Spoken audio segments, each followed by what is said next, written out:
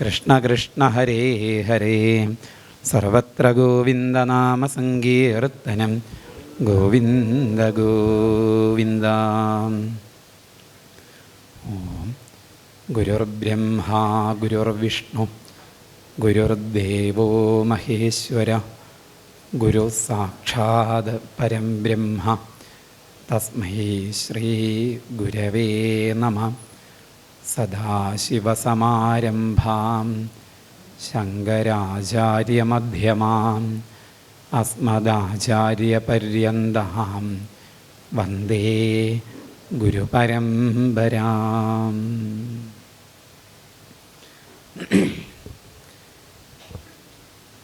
രുക്മിണി ദേവിയെ വിവാഹം കഴിച്ചതിന് ശേഷം പിന്നീട് അനേകം വിവാഹങ്ങൾ കഴിച്ചു കൃഷ്ണൻ. ഈ കൃഷ്ണൻ കുറേ കല്യാണം കഴിച്ചു എന്നുള്ളത്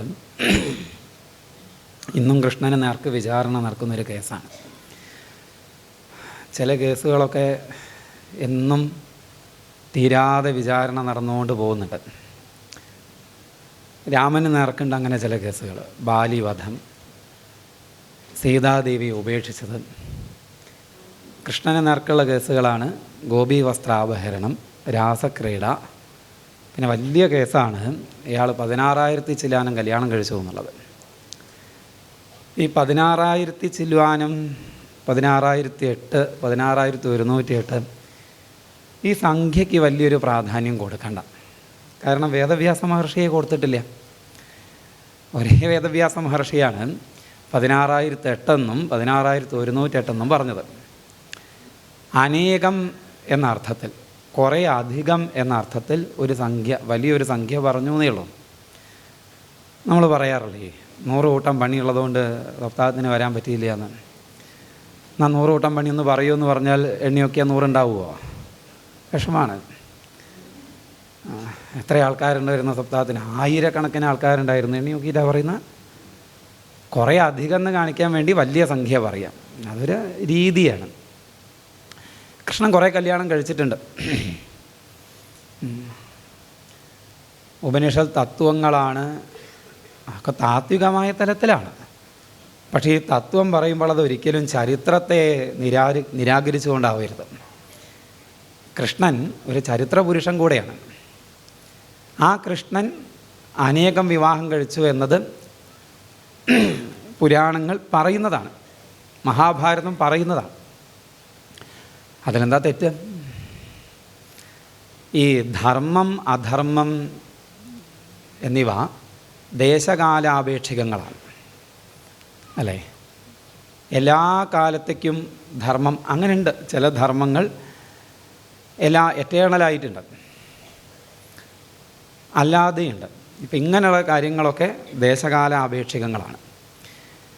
പണ്ട് കാലത്ത് ഭാരതത്തിൽ ബഹുഭാര്യ സമ്പ്രദായം ഉണ്ടായിരുന്നു എന്നുള്ളത് വാസ്തവമാണ്.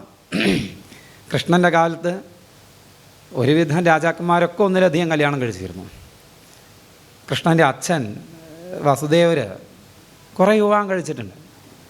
ദശരഥൻ 3 കല്യാണമാണ് പ്രസിദ്ധമെങ്കിലും 300 ചില്ലാനം ഭാര്യമാർ ദശരഥനുള്ളതായി വാൽമീകി രാമായണത്തിൽ ഒരു സ്ഥലത്ത് പറയുന്നുണ്ട്. ഞാനൊരു സ്ഥലത്തേ കണ്ടിട്ടുള്ളൂ. 300 ചില്ലാനം. ഈ കൈകേയി ബഹളമൊക്കെ ഉണ്ടാക്കിയതിന് ശേഷം ആകെ തളർന്ന് എനിക്ക് കൗസല്യയെ കാണണം എന്ന് പറയുമ്പോൾ 300 ചില്ലാനം സഹപത്നിമാരോട് കൂടി കൗസല്യ അങ്ങോട്ട് വന്നു എന്ന് പറയുന്നുണ്ട്. വേറെ എവിടെയും കണ്ടിട്ടില്ല. അപ്പം അത് അന്നത്തെ കാലം അന്നത്തെ ദേശം അംഗീകരിച്ചതായിരുന്നു ഈ ബഹുഭാര്യ സമ്പ്രദായം. അത്രയേ വേണ്ടൂ. പിന്നെ കൃഷ്ണൻ ഒരു പെൺകുട്ടിയുടെ പോലും പിറകിൽ കാമത്തോടുകൂടെ പോയിട്ടില്ല. ഏതെങ്കിലും പെൺകുട്ടിയെ കൃഷ്ണൻ കാമിച്ചു പോയിട്ടുണ്ടോ? ഇല്ല. ഇങ്ങോട്ടേക്ക് തന്നെ പ്രാർത്ഥിച്ചവർക്കൊക്കെ തന്നെ കൊടുത്തിട്ടുണ്ട്. അത് ഭർത്താവായിട്ട് മാത്രമല്ല, ഏത് നിലയ്ക്ക് തന്നെ കാക്ഷിച്ചോ ആ നിലയ്ക്ക് കൃഷ്ണൻ തന്നെ കൊടുത്തിട്ടുണ്ട്. ശത്രുവായി കണ്ടയാൾക്ക് ശത്രുവായിട്ട് കൊടുത്തു, സുഹൃത്തായിട്ട് കണ്ടയാൾക്ക് സുഹൃത്തായിട്ട് കൊടുത്തു, കാമുകനായിട്ട് കണ്ട ഗോപസ്ത്രീകൾക്ക് കാമുകനായിട്ട് തന്നെ നൽകി.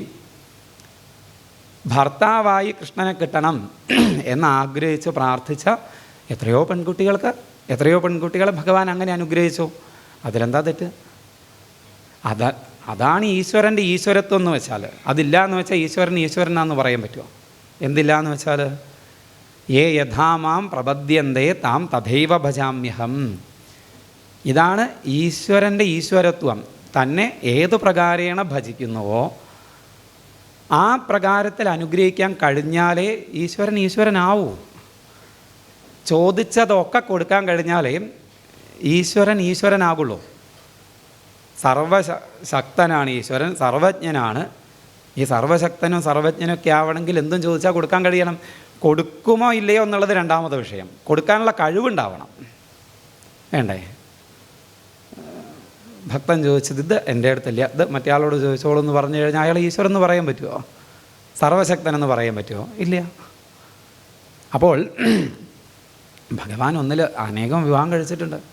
അവർക്ക് വേണ്ടുന്ന വിഭൂതിയെല്ലാം അവൻ കൊടുക്കുന്നു നിരന്തരം പോൽ. കുഞ്ചൻ നമ്പ്യാർ ഭംഗിയായി പറഞ്ഞിട്ടുണ്ട്. അവർക്ക് വേണ്ടതൊക്കെ നിരന്തരം കൊടുക്കാൻ ഭഗവാന് കഴിഞ്ഞിട്ടുണ്ട്. ഓരോ ഭാര്യയ്ക്കും ഓരോ കൊട്ടാരവും, ആ കൊട്ടാരത്തിൽ 100 കണക്കിന് ദാസിമാരുമായിരുന്നു എന്നാണ്. 100 ജോലിക്കാരുണ്ടായിക്കഴിഞ്ഞാൽ ആലോചിച്ച് നോക്കൂ. ജോലിക്കാർക്ക് ജോലി കൊടുക്കാനല്ലേ അതീ പോവും. രാവിലെ എണീപ്പിക്കാൻ ഒരു ജോലിക്കാരി, പല്ല് തേപ്പിച്ച് കൊടുക്കാൻ ഒരു ജോലിക്കാരി, കുളിപ്പിക്കാൻ വേറൊരാൾ. പോരാത്തതിന് ഈ ഭാര്യമാരുടെയൊക്കെ അരികെ ഒരേ സമയം തൻ്റെ സാന്നിധ്യം ഭഗവാൻ ഉറപ്പിച്ചിട്ടുണ്ട്, അവർക്ക് നൽകിയിട്ടുണ്ട്.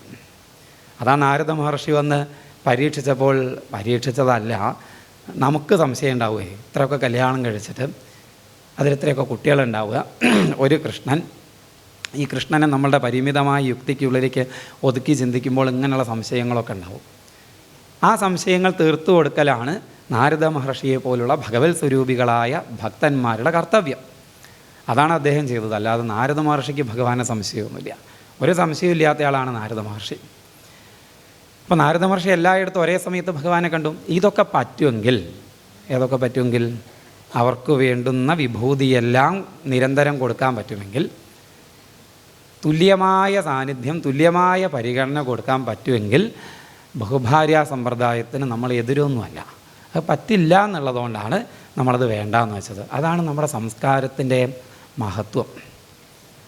ദേശത്തിന് കാലത്തിനനുസരിച്ച് പരിഷ്കരിക്കപ്പെടാൻ യാതൊരു വൈമനസ്യവും സനാതന സംസ്കാരത്തിന്, ഹിന്ദുധർമ്മത്തിന് ഇതുവരെ ഉണ്ടായിട്ടില്ല. നമ്മുടെ പുസ്തകത്ത് പറഞ്ഞു, അതുകൊണ്ട് അത് അന്ധമായി അങ്ങ് കൊണ്ട് നടന്നോളണമെന്ന് ഈ പറഞ്ഞോരെന്നെ പറഞ്ഞില്ല. അതുകൊണ്ടാണ് യുക്തിയുക്തം ഉപാദേയം വചനം ബാലകാദപി അന്യ തൃണമിവത്യാജ്യം അപ്യുക്തം പത്മജന്മനാ. വാസിഷ്ഠത്തിലെ ശ്ലോകമാണ്. യുക്തിയുക്തമായി പറയുന്നതൊരു കുട്ടിയാണെങ്കിലും അത് സ്വീകരിച്ചോളണം. യുക്തിക്ക് വിരുദ്ധമായി പറയുന്നത് ബ്രഹ്മാവാണെങ്കിൽ അത് തള്ളിക്കളഞ്ഞോളണം എന്നാണ്. എത്ര ആർജവത്തോടു കൂടി അവർ പറഞ്ഞത് നോക്കൂ. വിമർശേതത് അശേഷേണ യഥേച്ഛസി തഥാ ഗുരു. ഗീത മുഴുവൻ ഉപദേശിച്ചു കൊടുത്തിട്ട് കൃഷ്ണൻ അവസാനം പറഞ്ഞത് ഇതാണ്: നീ വിമർശനാത്മക ബുദ്ധിയോട് കൂടിയിട്ട് ഞാൻ പറഞ്ഞതിനൊക്കെ വിശകലനം ചെയ്യൂ. എന്നിട്ട് നിനക്ക് ശരിയെന്ന് തോന്നുന്നതെന്തോ അതിനെ സ്വീകരിക്കും. അതാ പറഞ്ഞിട്ടുള്ളത്. അതുകൊണ്ട് തന്നെ ദേശം കാലം മാറി. ഇന്നത്തെ കാലത്ത്, ഇന്നത്തെ ദേശത്ത് ഈ ബഹുഭാര്യ സമ്പ്രദായം ഇന്നത്തെ നമുക്ക് കഴിയില്ല എന്ന് കണ്ടപ്പോൾ അത് വേണ്ടാന്നും വെച്ചു. അപ്പം കൃഷ്ണൻ അനേകം കല്യാണം കഴിച്ചു. അതാ സാഹചര്യം എല്ലാവർക്കും അറിയാലോ. നരകാസുരൻ്റെ തടവറയിൽ കഴിഞ്ഞിരുന്ന പെൺകുട്ടികളെ മോചിപ്പിച്ചു. അവരുടെ വീടുകളിൽ പോയിട്ട് സുഖമായിട്ട് കഴിഞ്ഞോളാൻ പറഞ്ഞു. അവർ പറഞ്ഞു, ഞങ്ങളുടെ വീടുകളിൽ പോയിക്കോളാം, പക്ഷേ സുഖമായിട്ടുള്ള ജീവിതം ഇനി സാധിക്കുമോ? ഇത്രയും കാലം ഈ അസുരൻ്റെ തടവറയിൽ കഴിഞ്ഞ ഞങ്ങൾക്ക് ഇനി ആരാണ് സുഖമായിട്ടുള്ളൊരു ജീവിതം തരിക? അവരുടെ ചോദ്യം ഇന്ന് പോലും എത്ര പ്രസക്തമാണെന്ന് ഇന്നത്തെ കാലത്തിലിരിക്കുന്ന നമ്മളൊന്ന് ചിന്തിച്ച് നോക്കുക. ഇങ്ങനെ ഉപദ്രവിക്കപ്പെട്ട, പീഡിപ്പിക്കപ്പെട്ട എത്രയോ പെൺകുട്ടികൾ നമ്മുടെ ചുറ്റിനുണ്ട്, ഉണ്ടായിക്കൊണ്ടിരിക്കുന്നുണ്ട്.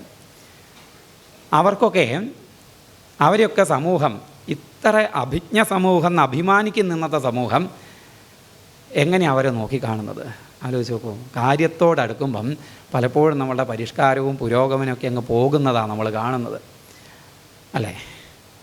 ഈ അഭിജ്ഞ സമൂഹത്തിലാണ് ഇതേപോലെ ഉപദ്രവിക്കപ്പെട്ടൊരു പെൺകുട്ടി ജീവിക്കാൻ നിവൃത്തിയില്ലാതെ വേശ്യാവൃത്തി സ്വീകരിക്കേണ്ടി വന്നത്.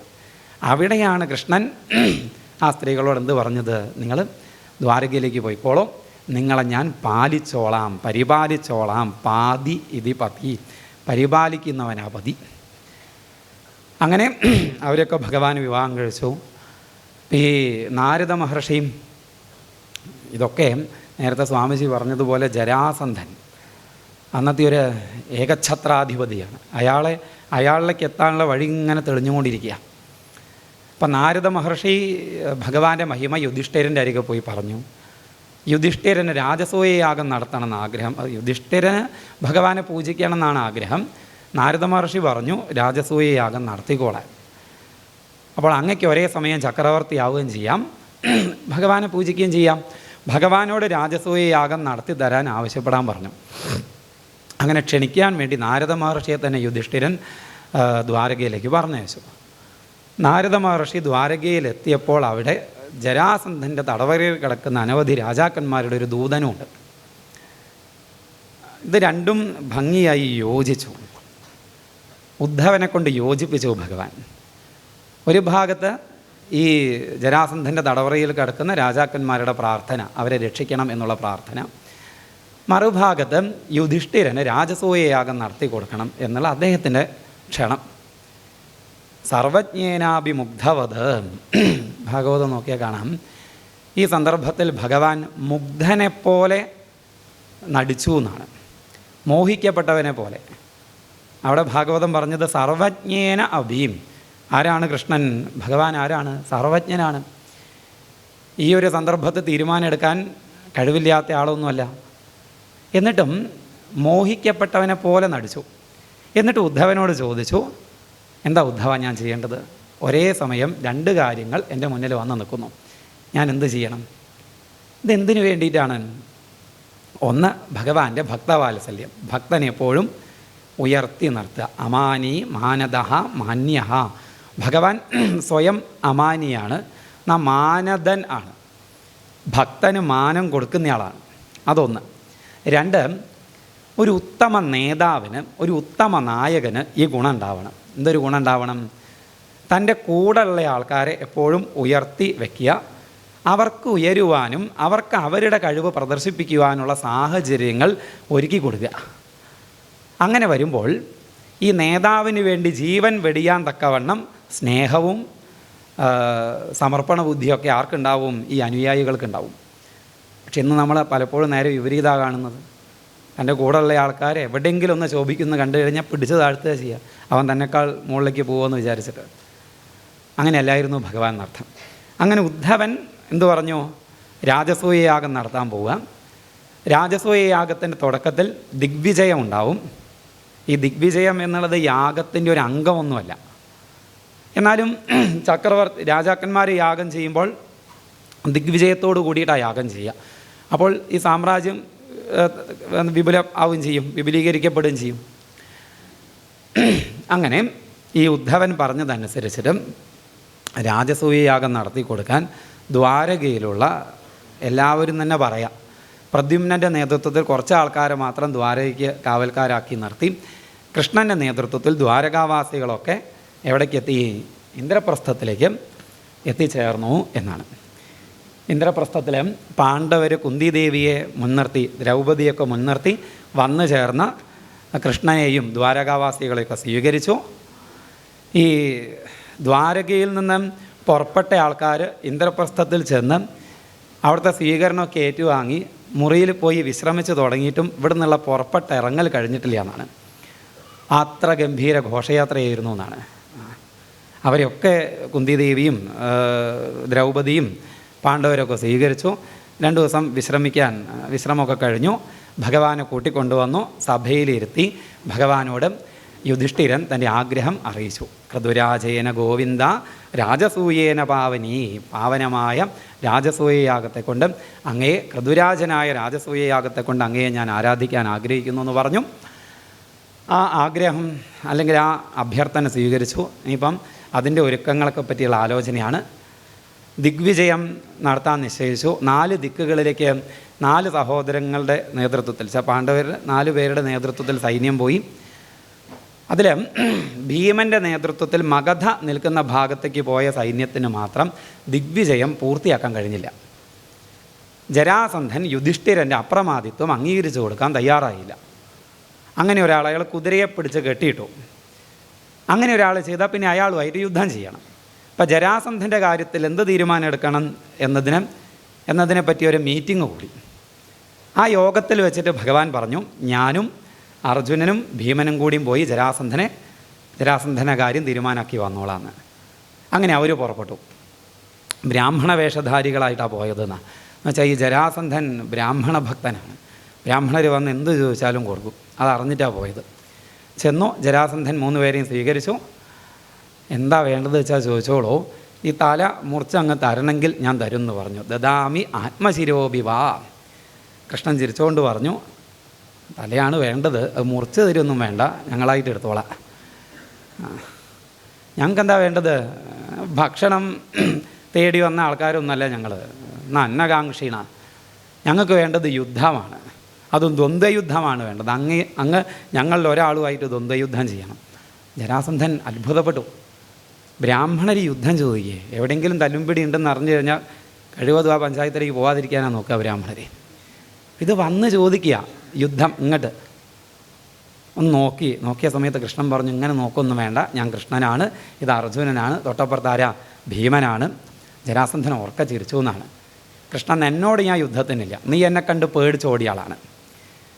പിന്നെ അർജുനൻ കണ്ടാൽ ഭംഗിയൊക്കെ ഉണ്ട്, ഷോക്കേസിൽ വെക്കാനൊക്കെ പറ്റും, യുദ്ധത്തിനൊന്നും പറ്റില്ല എന്നാണ്. അല്ലെങ്കിൽ ഈ ദ്വന്ദ്വയുദ്ധത്തിനും ഒന്നും പറ്റില്ല. ഭീമഹ തുല്യബലോമമാ, കണ്ടതിലും കേട്ടതിലും എനിക്ക് തുല്യബലം ഭീമനാണ് എന്നാണ് ഞാൻ ധരിച്ചിരിക്കുന്നത്.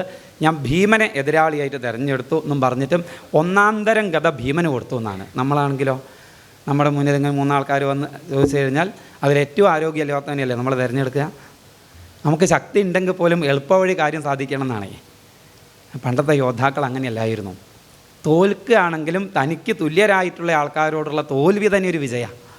അതൊക്കെ നമ്മൾ അംഗീകരിക്കണം. ജരാസന്ധനാണെങ്കിലും അങ്ങനെ ഭീമനും ജരാസന്ധനും തമ്മിലുള്ള യുദ്ധം തുടങ്ങി. ഈ യുദ്ധം എന്നൊക്കെ പറഞ്ഞാൽ ഇങ്ങനെ തുടർച്ചയായിട്ടുള്ള യുദ്ധം എന്ന് കരുതണ്ട കേട്ടോ. ചില നിയമങ്ങളും മര്യാദകളൊക്കെ ഉണ്ട്. അതിനൊരു ഇപ്പം നമ്മളെ ഏകദേശം സപ്താഹം പോലെയല്ല, രണ്ടും വേറെയാണ്. രാവിലെ 6 മണിക്ക് തുടങ്ങുക, വൈകുന്നേരം കഴിയുക, ഉച്ചയ്ക്ക് നിർത്തലുണ്ടോയെന്ന് വെച്ചില്ല. കഴിഞ്ഞാൽ യുദ്ധം കഴിഞ്ഞാൽ പിന്നെ ഈ യുദ്ധം ചെയ്ത ആൾക്കാരൊക്കെ ഒരുമിച്ച് രാത്രി ഡിന്നറൊക്കെ കഴിച്ച് തമാശയൊക്കെ പറഞ്ഞ് പോയി കിടന്നുറങ്ങും. പിറ്റേന്ന് രാവിലെ വീണ്ടും യുദ്ധം. ഇത് 26 ദിവസം കഴിഞ്ഞു. 26ാമത്തെ ദിവസം പതിവ് പോലെ അന്നത്തെ യുദ്ധം കഴിഞ്ഞ് ഭക്ഷണമൊക്കെ കഴിച്ച് തമാശയൊക്കെ പറഞ്ഞിട്ട് ചിരിക്കുന്നുണ്ട് ആര്? കൃഷ്ണനും അർജുനനും ജരാസന്ധനും. ഭീമന് ചിരി വരുന്നേ ഇല്ല. ഭീമൻ വേഗം ഭക്ഷണമൊക്കെ കഴിച്ച് പോയി. അപ്പോൾ ഭീമൻ്റെ ഈ പോക്കൊക്കെ കണ്ട സമയത്ത് കൃഷ്ണന് കാര്യം മനസ്സിലായി. ഭഗവാൻ പിറകെ ചെന്നു. അപ്പോൾ മുറിയിൽ ചെന്ന സമയത്ത് ഇയാൾ തിരക്കിട്ട് ഷർട്ടൊക്കെ മടക്കി വയ്ക്കുന്നുണ്ട്, ബാഗിൽ നിറയ്ക്കുന്നുണ്ട്. അപ്പോൾ എന്താ ഏർപ്പാടെന്ന് ചോദിച്ചു. നാളെ രാവിലത്തെ ബസ്സിന് ബുക്ക് ചെയ്തിട്ട് പോകാമെന്ന് പറഞ്ഞു എന്നാണ്. എന്നാൽ മനസ്സിലായില്ല എന്ന് വെച്ചാൽ നാളെ രാവിലത്തെ ബസ്സിന് ഞാനായിട്ട് പോയാൽ ഞാൻ അവിടെ എത്തും, അല്ലെങ്കിൽ നിങ്ങളെന്നെ മറ്റേ നിലവിളി ശബ്ദമുള്ള വണ്ടി കൊണ്ടുവരേണ്ടി വരും എന്നർത്ഥം. ഇനി ഒരടി പോലും കൊള്ളാനുള്ള ആരോഗ്യം എനിക്കില്ല. നിങ്ങൾക്ക് സുഖമാണേ, കൃഷ്ണനും അർജുനനും സുഖമാണ്. ഗാലറിയിലിരുന്ന് മറ്റേ പോപ്കോണൊക്കെ കഴിച്ച് തല്ലു കൊള്ളുന്നത് കാണല്ലേ വേണ്ടുമോ? ഈ കൊള്ളുന്നതൊക്കെ ഞാനാ. അതുകൊണ്ട് ഏട്ടന് രാജസൂയാഗം നടത്തണമെന്ന് അത്ര പൂതി ഉണ്ടെന്ന് വെച്ചാൽ ഇങ്ങോട്ട് വന്ന് 2 തല്ലു കൊണ്ടോടെ. എന്നെ നേർച്ചക്കോഴിയായി കണ്ടിട്ട് ആരും യാഗവും നടത്തണ്ട, ഒന്നും നടത്തണ്ട. അപ്പോൾ ഭഗവാൻ അടുത്തേക്ക് ചെന്ന്, എന്താ ഏട്ടൻ അങ്ങനെയൊക്കെ പറയുന്നത്? വേദന ഉണ്ടോയെന്ന് ചോദിച്ചു. വേദന ഉണ്ടോയെന്നോ? എവിടെയാണ് വേദന എന്ന് ചോദിച്ചു. കാലിൻ്റെ ഈ നഖത്തിൻ്റെ അറ്റം മുതൽക്ക് തലമുടിയുടെ അറ്റം വരെ വേദനയാണ്. ഒന്നങ്ങോട്ട് ഒഴിഞ്ഞു കൊടുത്തു എന്നാണ്. ഭഗവാൻ അടുത്ത് ചെന്നിട്ട് ഒന്നങ്ങ് തൊട്ടങ്ങ് ഒഴിഞ്ഞു കൊടുത്തു. ഭീമൻ അവിടെ നിന്ന് അങ്ങോട്ട് എണീറ്റു. എന്നിട്ട് പറഞ്ഞു, ഞാനിപ്പം ജരാസന്ധനെ കൊല്ലുന്നുണ്ടെന്ന് പറഞ്ഞു. ഇപ്പം കൊല്ലണ്ട, 12 മണിയാണ്, നാളെ രാവിലെ കൊന്നാൽ മതി എന്ന് പറഞ്ഞു. പിറ്റേന്ന് ഗംഭീരമായ യുദ്ധം. ആ യുദ്ധത്തിൽ അടുത്തേക്ക് വന്ന ജരാസന്ധനെ കാല് വെച്ചു, നിലത്ത് വീഴ്ത്തി, ഒരു കാല് ചവിട്ടിപ്പിടിച്ചു, വലിച്ചിങ്ങോട്ട് കീറി അവിടെ ഇട്ടു.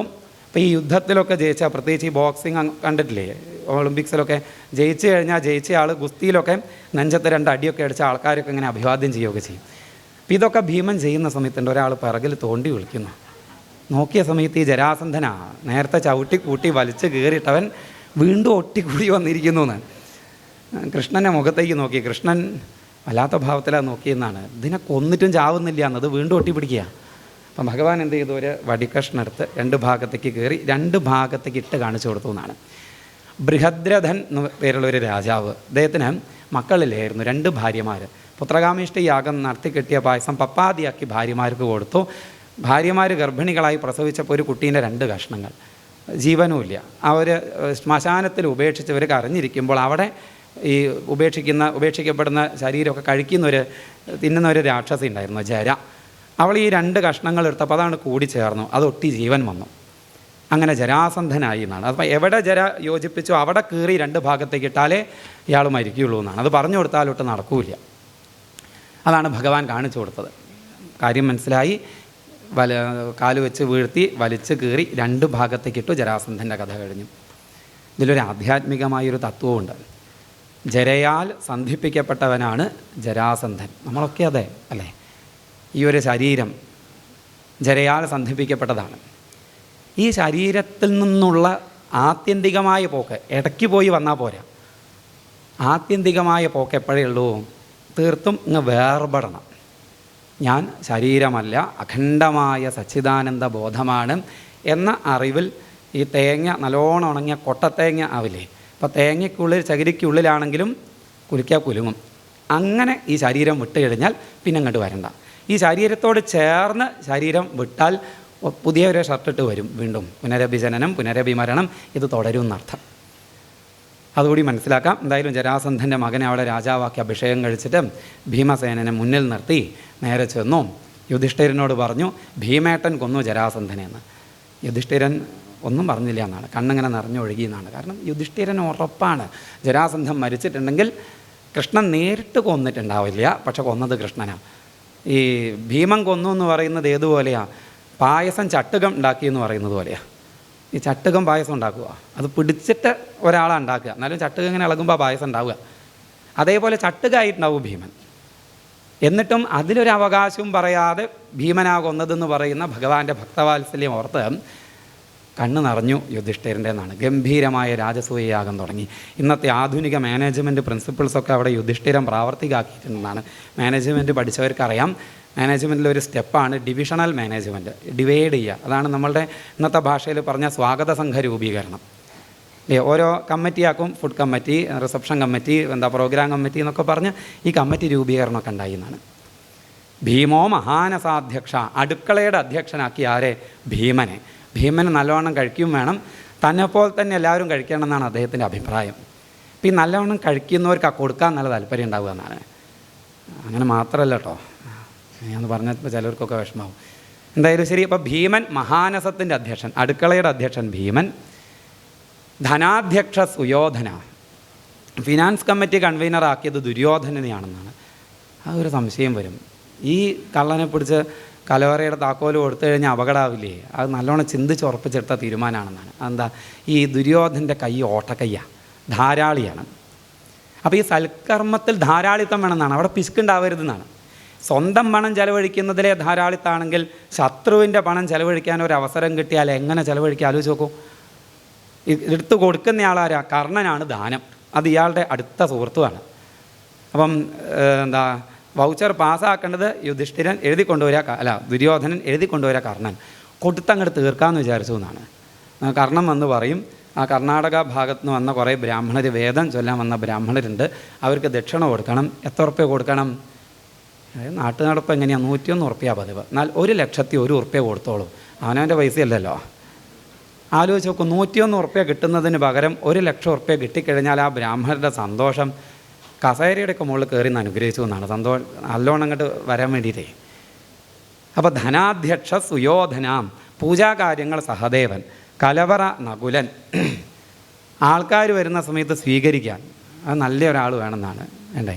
റിസപ്ഷൻ കമ്മിറ്റി കണ്ടാൽ നല്ല സുന്ദരനായി എപ്പോഴും ചിരിക്കാനൊക്കെ അറിയുന്ന ഒരാൾ വേണം. അല്ലാതെ ഈ കരി പിടിച്ച ചെപ്പോടം പോലുള്ള മുഖം കൊണ്ട് ഒരാൾ വാതിൽക്കൽ നിന്നാൽ ഉള്ളിൽ കയറാൻ തോന്നുക. അപ്പം അങ്ങനെ ഒരാളാരാ? അർജുനൻ. സുന്ദരനാണെന്നാണ്. അർജുനൻ ഈ ബൃഹന്നാളെയാവാൻ പ്രത്യേകിച്ച് ഒന്നും വേണ്ടി വന്നില്ല, ഷേവ് ചെയ്യാൻ വേണ്ടി എന്നുള്ളതാണ്. അത്ര സുന്ദരനാണ്. അപ്പോൾ റിസപ്ഷൻ ഉത്തരവാദിത്തം ആർക്ക്? ജിഷ്ണുവിന്. വിളമ്പുന്ന ഉത്തരവാദിത്തം ദ്രൗപദിയുടെ നേതൃത്വത്തിൽ മാതൃസമിതിക്ക് കൊടുത്തു എന്നാണ്. ഈ അമ്മമാർ വിളമ്പിയാൽ ഭക്ഷണത്തിൻ്റെ കൂടെ സ്നേഹവും കൂടി കൂടുന്നതാണ്. അതാണ് ആരോടാണ് ഭിക്ഷ ചോദിക്കുന്നത്? അന്നപൂർണേശ്വരി ദേവിയോടല്ലേ? അമ്മയുടെ വിളമ്പൽ, അമ്മ നൽകുന്നതിന് സ്വാദ് കൂടും. പിന്നെ സ്ത്രീകൾക്ക് ക്ഷമയൊക്കെ കൂടുന്നതാണ്. ക്ഷമ കൂടും, സഹനം കൂടും. അവിടെ ഭൂരിപക്ഷം സ്ത്രീകളായതുകൊണ്ട് പറയല്ല, വേറെയും ചിലത് കൂടും, അത് പറയില്ല. സൈക്കോളജി പറയുന്നതാണ്. വേറെ ചില കാര്യങ്ങളും കൂടും. പോട്ടെ, എന്തായാലും ക്ഷമയൊക്കെ വേണം വിളമ്പാനേ. കാരണം അവിടെ ലക്ഷക്കണക്കിന് ആൾക്കാർ വരുന്ന വലിയ പന്തിയാണ്. ഒരു പന്തി തന്നെ 1 കിലോമീറ്ററൊക്കെ ഉണ്ടാവും. അപ്പോൾ ഇവിടെ സാമ്പാർ കൊടുക്കുന്ന സമയത്ത് സാമ്പാർ വേണമെന്ന് ചോദിക്കുമ്പോൾ അവന് മുഹൂർത്തമായി ഉണ്ടാവില്ല. പിന്നെ പോയി അങ്ങെത്തുന്ന സമയത്ത് അവന് സാമ്പാറിന് മുഹൂർത്താവുക. ഒരു ഓട്ടോറിക്ഷ വിളിച്ച് വരാനുള്ള ദൂരം ഉണ്ടാവും. സാമാന്യം ക്ഷമയില്ല എന്ന് വെച്ചാൽ നല്ല ദേഷ്യം വരും. ഇപ്പോൾ ഈ സ്ത്രീകളായ 2 കാര്യമാണ്. എന്താണ്? ഒന്ന് കാത്തു നിൽക്കും നമ്മൾ, പാവം വന്നോട്ടെ എന്ന് വിചാരിക്കും. അതല്ല, പിന്നെയോ വേണ്ടാന്ന് നിശ്ചയിക്കും. ഒരു സോഫ്റ്റ് കോർണർ വരികയെ, പുരുഷന്മാരോടത് വന്നോളന്നില്ല, ഉപ്പ് കൂട്ടി കഴിക്കാമെന്ന് വിചാരിക്കും. ഇങ്ങനെയൊക്കെ നല്ലോണം പ്ലാൻ ചെയ്തിട്ടാണെന്നർത്ഥം. പിന്നെ അപ്പോൾ ഈ ഓരോരുത്തർക്കും ഉത്തരവാദിത്വം ഏൽപ്പിച്ച് കൊടുക്കുന്ന സമയത്ത് കൃഷ്ണൻ അവിടെ ഉണ്ട്. എനിക്ക് ഉത്തരവാദിത്വം ഒന്നുമില്ലേന്ന് ചോദിച്ചു. കാല് കഴിക്കാനാന്ന് പറഞ്ഞു എന്നാണ്. അപ്പോൾ അത് കേട്ടപടി ഉദ്ദേശിച്ചത് എന്താണ്? അങ്ങേ കാല് കഴിക്കാൻ വേണ്ടിയിട്ട് അതൊക്കെ ചെയ്യുന്നതേ. കേട്ടപടി കേൾക്കാത്തപടി ഭഗവാൻ എന്ത് ചെയ്തു? ബക്കറ്റും കിണ്ടിയൊക്കെ ആയിട്ട് വാതിൽക്കൽ പോയി നിന്നും അങ്ങോട്ട് വരുന്നവരുടെയൊക്കെ കാല് കഴിയിക്കുക ഭഗവാൻ എന്നാണ്. നോക്കും, അങ്ങോട്ടേക്ക് വന്നവരുടെയൊക്കെ കാല് കഴുകിച്ച ഭഗവാനാണ്. ഇനിയൊരു സന്ദർഭത്തിൽ കാണാം, ആ സദസ്സിൽ ഏറ്റവും ശ്രേഷ്ഠനായി സദസ്സിനാൽ തിരഞ്ഞെടുക്കപ്പെട്ട് കാല് കഴുകിക്കപ്പെട്ടത്. നമ്മൾ സമൂഹത്തിൻ്റെ മുന്നിൽ താഴുമ്പോൾ, കാല് കഴുകിക്കാൻ തയ്യാറാകുമ്പോൾ സമൂഹം നമ്മളുടെ കാല് കഴുകിക്കും എന്നർത്ഥം. അങ്ങനെ ഗംഭീരമായിട്ട് രാജസൂയയാഗം തുടങ്ങി. ലക്ഷക്കണക്കിന് ആൾക്കാരുണ്ട്. ചാക്യാർമാരൊക്കെ ഈ സന്ദർഭത്തിൽ രസമായിട്ട് പറയും, ഈ വെപ്പിനായിട്ട് ഒരൊറ്റ പാത്രം എടുത്തുള്ളൂ എന്നാണ്. ഈ ലക്ഷക്കണക്കിന് ആൾക്കാർക്ക് വെപ്പിനെയും ആ പാത്രം കൊണ്ടുവന്നത് എവിടെ നിന്ന് അറിയോ? ലങ്കയിൽ നിന്നാണ്, ശ്രീലങ്കയിൽ നിന്ന്. കുംഭകർണന് പുഴുക്ക് വയ്ക്കുന്ന പാത്രമായിരുന്നു എന്നാണ്. കുംഭകർണനെ കേട്ടിട്ടില്ലേ? രാമായണത്തിൽ കണ്ടിട്ടില്ലേ? ഇയാളെ എണീപ്പിക്കാൻ വേണ്ടി 100 ആനകൾ നെഞ്ചത്ത് മാർച്ച് പാസ്റ്റ് നടത്തി, എന്നിട്ടും എണീക്കുന്നില്ല. തുമ്പിക്കൈ കൊണ്ട് രോമം അങ്ങനെ പിടിച്ചു വലിച്ചു എന്നാണ്. 100 ആനകളെ. അപ്പോൾ ഇയാൾക്ക് പുഴുക്ക് വയ്ക്കുന്ന ചെമ്പ് എത്ര വലിപ്പം ഉണ്ടാവും? അത് ആരങ്ങോട്ട് കൊണ്ടുപോകുന്നത്? ഏകദേശം ഇയാളുടെ കൂട്ടത്തിൽ പെടുത്താവുന്ന ഒരാൾ പാണ്ഡവരുടെ ഭാഗത്തുണ്ട്. ആരാത്? ഭീമനല്ല, ഭീമൻ്റെ മകൻ ഘടോൽക്കചൻ.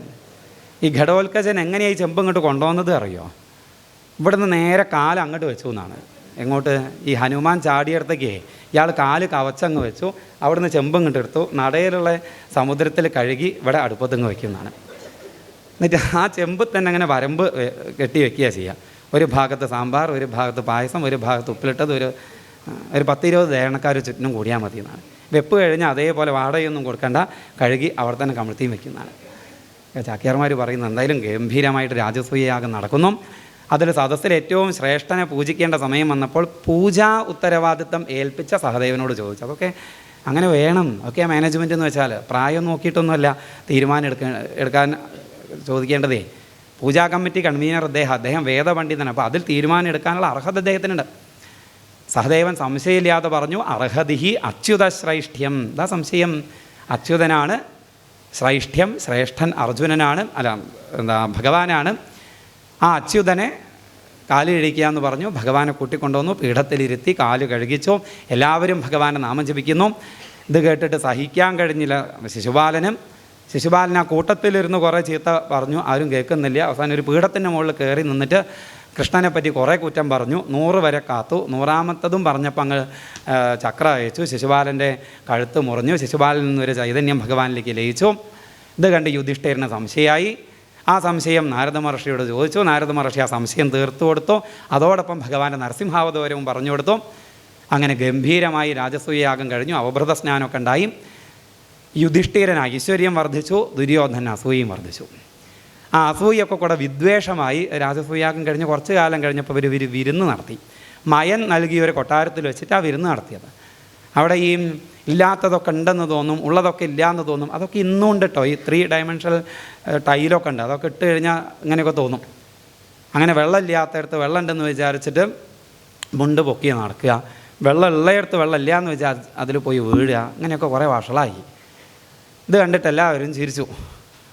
അത് ആ ചിരിയും കൂടിയും കണ്ട സമയത്ത് ദുര്യോധൻ്റെ ഉള്ളിൽ വിദ്വേഷം കൂടിയെന്നാണ്. ഒക്കെ കൂടെ ഈ രാജസൂയയാഗം കഴിഞ്ഞപ്പോഴേക്ക് മഹാഭാരതത്തിനുള്ള വിത്ത് കുഴിച്ചിട്ടത് മുളച്ചിട്ടുണ്ട്. ദ്വാരകയിലേക്ക് പോയി ഭഗവാൻ. അപ്പോൾ അവിടെ ചെന്നപ്പോൾ അവിടെ ഗംഭീര യുദ്ധമാണ്. പ്രദ്യുമ്നൻ സൗഭനുമായിട്ട് യുദ്ധം ചെയ്യുകയാണ്, സാൽവനുമായിട്ട്. ആ സാൽവ യുദ്ധത്തിൽ ഭഗവാനും കൂടി. അത് കുറേ കാലം നീണ്ടു നിന്നു. ആ സമയത്താണ് ഇവിടെ ചൂതുകളി പരിപാടിയൊക്കെ നടന്നത്. അത് മഹാഭാരതത്തിൽ പറയുന്നുണ്ട്. നമുക്കൊക്കെ ചിലപ്പോൾ സംശയം തോന്നും, ഈ യുധിഷ്ഠിരനെ അങ്ങനെ പറ്റിക്കുന്ന സമയത്ത്, കള്ളച്ചൂതമൊക്കെ കളിക്കുന്ന സമയത്ത് കൃഷ്ണൻ എന്തേ കൂടെ നിന്നൂടെ എന്ന്. ഭഗവാൻ കൃഷ്ണൻ തന്നെ പറയുന്നുണ്ട്, ഞാൻ ആ യുദ്ധത്തിൽ പെട്ടുപോയതുകൊണ്ട്, അല്ലെങ്കിൽ ഇവിടെ നിങ്ങൾക്ക് ഈ ബുദ്ധിമുട്ടുണ്ടാവില്ല എന്ന്. ഭഗവാൻ അവിടെ യുദ്ധം ചെയ്യുന്ന സമയത്താണ് ഇവിടെ കള്ളച്ചൂതും ഏർപ്പാടൊക്കെ നടന്നത്. അപ്പോൾ അതൊക്കെ നടന്നു. പാണ്ഡവർ കാട്ടിലായി, അജ്ഞാതവാസമൊക്കെ കഴിഞ്ഞു, തിരികെ വന്നു. ഭഗവാന്റെ ദൂത് പരാജയപ്പെട്ടു. അങ്ങനെ മഹാഭാരത യുദ്ധം വരും എന്നായി. ഇവിടെ നിന്ന് കഴിഞ്ഞാൽ ഏതെങ്കിലും പക്ഷത്തല്ല, ശിഷ്യം വന്ന സഹായത്തിന് ചോദിക്കും. അപ്പം ദുര്യോധനെ സഹായിക്കേണ്ടി വരും. ഇവിടെ നിൽക്കണ്ടെന്ന് വെച്ചിട്ട് ബലരാമൻ പോയി. തീർത്ഥാഭിഷേക വ്യാജമായി തീർത്ഥയാത്രയ്ക്ക് പോയി എന്നാണ്. തീർത്ഥയാത്ര എന്നുള്ള ഉദ്ദേശത്തോടു കൂടി പോയാൽ കുഴപ്പമുണ്ടാവില്ലായിരുന്നു. ആൾക്കാരോടൊക്കെ പറഞ്ഞു ഞാൻ തീർത്ഥയാത്രയ്ക്ക് പോവുകയാണ്. ഉദ്ദേശം എന്തായിരുന്നു? തൽക്കാലം ഈ സന്ദർഭത്തിൽ നിന്ന് ഒളിച്ചോടുക എന്നുള്ളതായിരുന്നു. ഈ പ്രശ്നത്തിൽ നിന്ന് ഒളിച്ചോടിയാൽ എവിടെ വരെ ഓടും? ഓടാൻ കഴിയില്ല. നമ്മളെ ഓടുന്നേരത്ത് അതിലും വലിയ പ്രശ്നമാവും. അതുതന്നെയാണ് ഉണ്ടായത്. ഏതൊരു സന്ദർഭത്തിൽ നിൽക്കാൻ വയ്യാന്ന് വിചാരിച്ചാണോ പോയത്, ആ സന്ദർഭത്തിലേക്ക് തിരിച്ചു വന്നു. അതിൻ്റെ ഇടയിൽ കുറേ അബദ്ധവും പറ്റി. ഈ നൈമിഷാരണ്യത്തിൽ ചെന്നപ്പോൾ തന്നെ കണ്ടിട്ട് എണീറ്റിട്ടില്ല എന്നുള്ള കാരണവും പറഞ്ഞിട്ട് ലോമഹർഷണൻ എന്ന സൂതനെ പുല്ല് ജപിച്ചയച്ച് കൊന്നു കളഞ്ഞു. പിന്നെ അതിന് പരിഹാരമായിട്ട് ശരിക്കും തീർത്ഥയാത്ര ചെയ്യേണ്ടി വന്നു. തീർത്ഥയാത്രയൊക്കെ ചെയ്ത് സമന്തപഞ്ചക തീർത്ഥത്തിലെത്തിയപ്പോൾ, അത് കുരുക്ഷേത്രം തന്നെയാണ്. അവിടെ എത്തിയ സമയത്തോ ശിഷ്യനും കൃഷ്ണൻ ഏറ്റവും ഇഷ്ടപ്പെട്ട ഭീമനും തമ്മിൽ യുദ്ധമാണ്. ഭീമനും ദുര്യോധനും തമ്മിലുള്ള യുദ്ധം. ഇദ്ദേഹം ഇടയിൽ കയറി നിർത്താൻ നോക്കി. അവർ നിന്നില്ല. പറഞ്ഞു, ഒരാൾക്ക് ശിക്ഷ കൂടും, ഒരാൾക്ക് അഭ്യാസം കൂടും, ഒരാൾക്ക് ബാഹുബലം കൂടും. തൻ്റെ ശിഷ്യനായതുകൊണ്ട് ദുര്യോധന് എന്ത് കൂടും? അഭ്യാസം കൂടും. പിന്നെ ഭീമന് ബാഹുബലവും കൂടും. ഇത് നേരാവണ്ണം അവസാനിക്കില്ല എന്നൊക്കെ പറഞ്ഞു. നിർത്താൻ പറഞ്ഞു, നിർത്തിയില്ല എന്നാണ്. പിന്നെ അദ്ദേഹത്തിന് ആകെ അങ്ങോട്ട് ഈ മഹാഭാരത യുദ്ധത്തെപ്പറ്റിയൊക്കെ അറിഞ്ഞപ്പോഴേ മനസ്സിനാകെ ഒരു വിഷമം, ഒരു മടുപ്പ് വന്നു. അദ്ദേഹം നൈമിഷാരണ്യത്തിൽ തന്നെ പോയി എന്നാണ്. അവിടെ ഇരുന്ന് ഭഗവാന്റെ കഥകളൊക്കെ കേട്ട് അവിടെ കുറച്ച് മാസം അവിടെ കഴിഞ്ഞു. ആ സമയത്ത് ഇവിടെ ഭഗവാന്റെ അടുത്തേക്ക് ഒരാൾ വന്നു. ഭഗവാന്റെ സതീർത്ഥ്യനായ പരമഭക്തനായ സുദാമാവ്. ആ കഥയാണ് ഇനി. അപ്പോൾ ഈ കഥ പറഞ്ഞു കൊടുക്കുന്ന ശ്രീ സുഖബ്രഹ്മർഷി പറഞ്ഞു, ഈ ബലരാമൻ്റെ കഥ അങ്ങനെ പറഞ്ഞല്ലോ. ഏതൃഗ്വിധാന്യ അസംഖ്യാനി ബലസ്യ ബലശാലിന അനന്തസ്യ അപ്രമേയസ്യ മായാമർത്യസ്യ സന്ധിഹീം. ഇങ്ങനെ ബലരാമൻ്റെ കഥകൾ അസംഖ്യങ്ങളാണ്. ഇനി അങ്ങക്ക് കേൾക്കണോ ബലരാമസ്വാമിയുടെ കഥകളെന്ന് ചോദിച്ചു. അപ്പം പരീക്ഷത്ത് പറഞ്ഞു, എനിക്ക് കേൾക്കണ്ടെന്ന് ഞാൻ പറയില്ല, പക്ഷേ ഇനി എനിക്ക് കൂടുതലായി കേൾക്കേണ്ടത് ഭഗവാന്റെ ഏറ്റവും പ്രധാനപ്പെട്ട കഥകളാണ്. ഭഗവാന്റെ മാഹാത്മ്യം തീർത്തും പ്രകാശിപ്പിക്കുന്ന കഥകളാണ്. ഭഗവൻ യാനി ചാന്യാനി മുകുന്ദസ്യ മഹാത്മന വീര്യാണ്യ അനന്തവീര്യസ്യാം ശ്രോതുമിച്ഛാമഹേ പ്രഭോ. മഹാത്മാവായ മുകുന്ദൻ്റെ അനന്തവീര്യത്തെ കേൾക്കാൻ ഞാൻ ആഗ്രഹിക്കുന്നു എന്നാണ്. മുകും ദദാതി മോക്ഷം ദദാതി ഇത് മുകുന്ദ. മോക്ഷം നൽകുന്നവൻ, കൈവല്യം നൽകുന്നവനാണ് ആര്? മുകുന്ദൻ.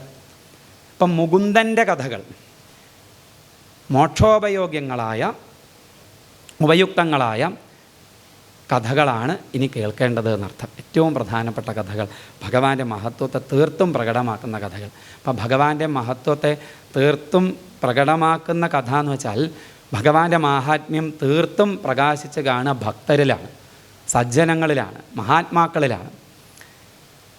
അങ്ങനെയൊരു ഭക്തൻ്റെ കഥ പറയാം എന്ന് നിശ്ചയിച്ചു ശ്രീ ശിവബ്രഹ്മർഷി. ഏതൊരു ഭക്തൻ്റെ കഥയാണ് പറയേണ്ടത്? ഒന്ന് സ്മരിച്ചു, ഒന്ന് ആലോചിച്ചു എന്നാണ്, ഒന്ന് ധ്യാനിച്ചു. ധ്യാനിച്ച സമയത്ത് ഒരു ഭക്തൻ അദ്ദേഹത്തിൻ്റെ ഹൃദയത്തിൽ പ്രകാശിച്ചു. അതോടുകൂടി ആ ഭക്തനെക്കുറിച്ചുള്ള സ്മരണ വന്നതോടുകൂടി വാസുദേവേ ഭഗവതി നിമഗ്നഹൃദയോബ്രവീതം.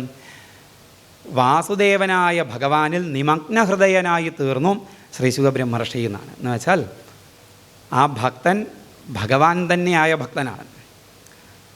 എന്നിട്ട് പറയാൻ തുടങ്ങി, കൃഷ്ണസ്യാസീൽ സഖാ കശ്ചിൽ ബ്രാഹ്മണ ബ്രഹ്മവിത്തമ വിരക്ത ഇന്ദ്രിയാർത്ഥേഷു പ്രശാന്താത്മാജിതേന്ദ്രിയാം. പറഞ്ഞു തുടങ്ങിയത് തന്നെ ആ ഭക്തൻ്റെ മഹത്വത്തെ വെളിവാക്കുന്ന രീതിയിലാണ്. എങ്ങനെയാണ് പറഞ്ഞു തുടങ്ങിയത്? കൃഷ്ണന് ഒരു കൂട്ടുകാരനുണ്ടായിരുന്നു. അപ്പം നമ്മുടെയൊക്കെ കൂട്ടുകാരനാണ് കൃഷ്ണൻ. ഭഗവാൻ നമ്മളെ ഇങ്ങോട്ട് കൂട്ടുകാരിയായിട്ട് കണ്ടിട്ടുണ്ടോ? അറിയില്ല. കാണണമെന്നാണ് ആഗ്രഹം.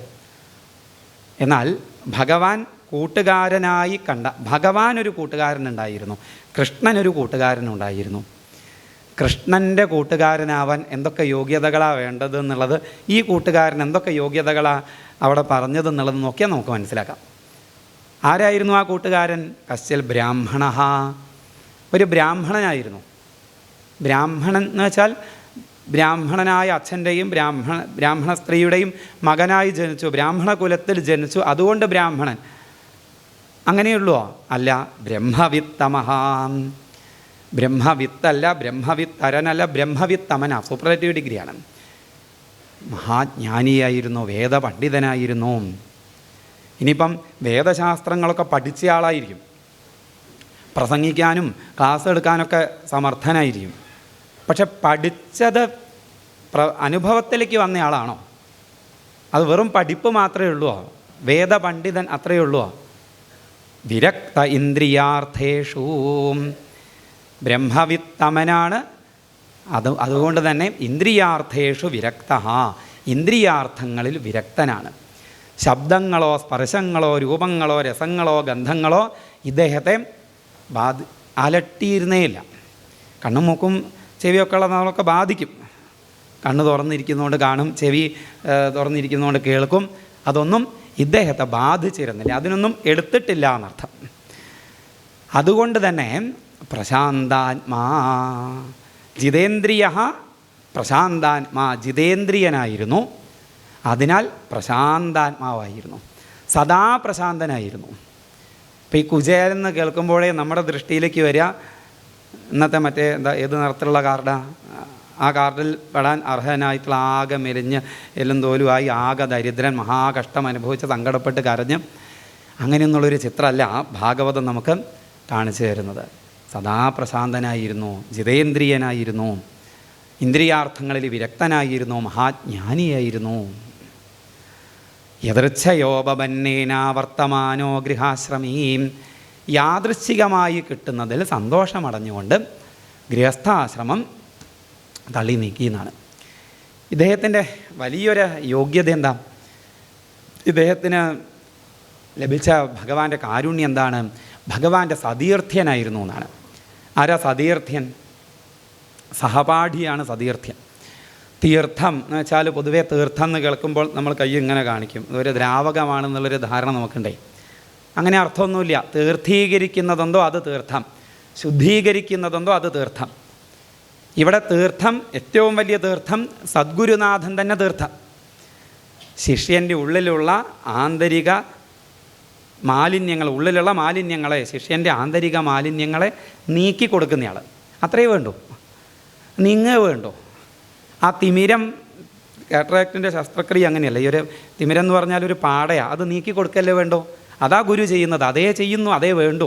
അജ്ഞാന തിമിരാന്ധസ്യ ജ്ഞാനാഞ്ജന ശലാകയാം, ജ്ഞാനം പുരട്ടിയ സൂചി കൊണ്ട് ശിഷ്യൻ്റെ അജ്ഞാനമാകുന്ന പാടങ്ങ് നീക്കി കൊടുക്കുകയേ വേണ്ടു. വിദ്യ കൊടുക്കണ്ട, വിദ്യ ശിഷ്യൻ്റെ സ്വരൂപം തന്നെയാണ്.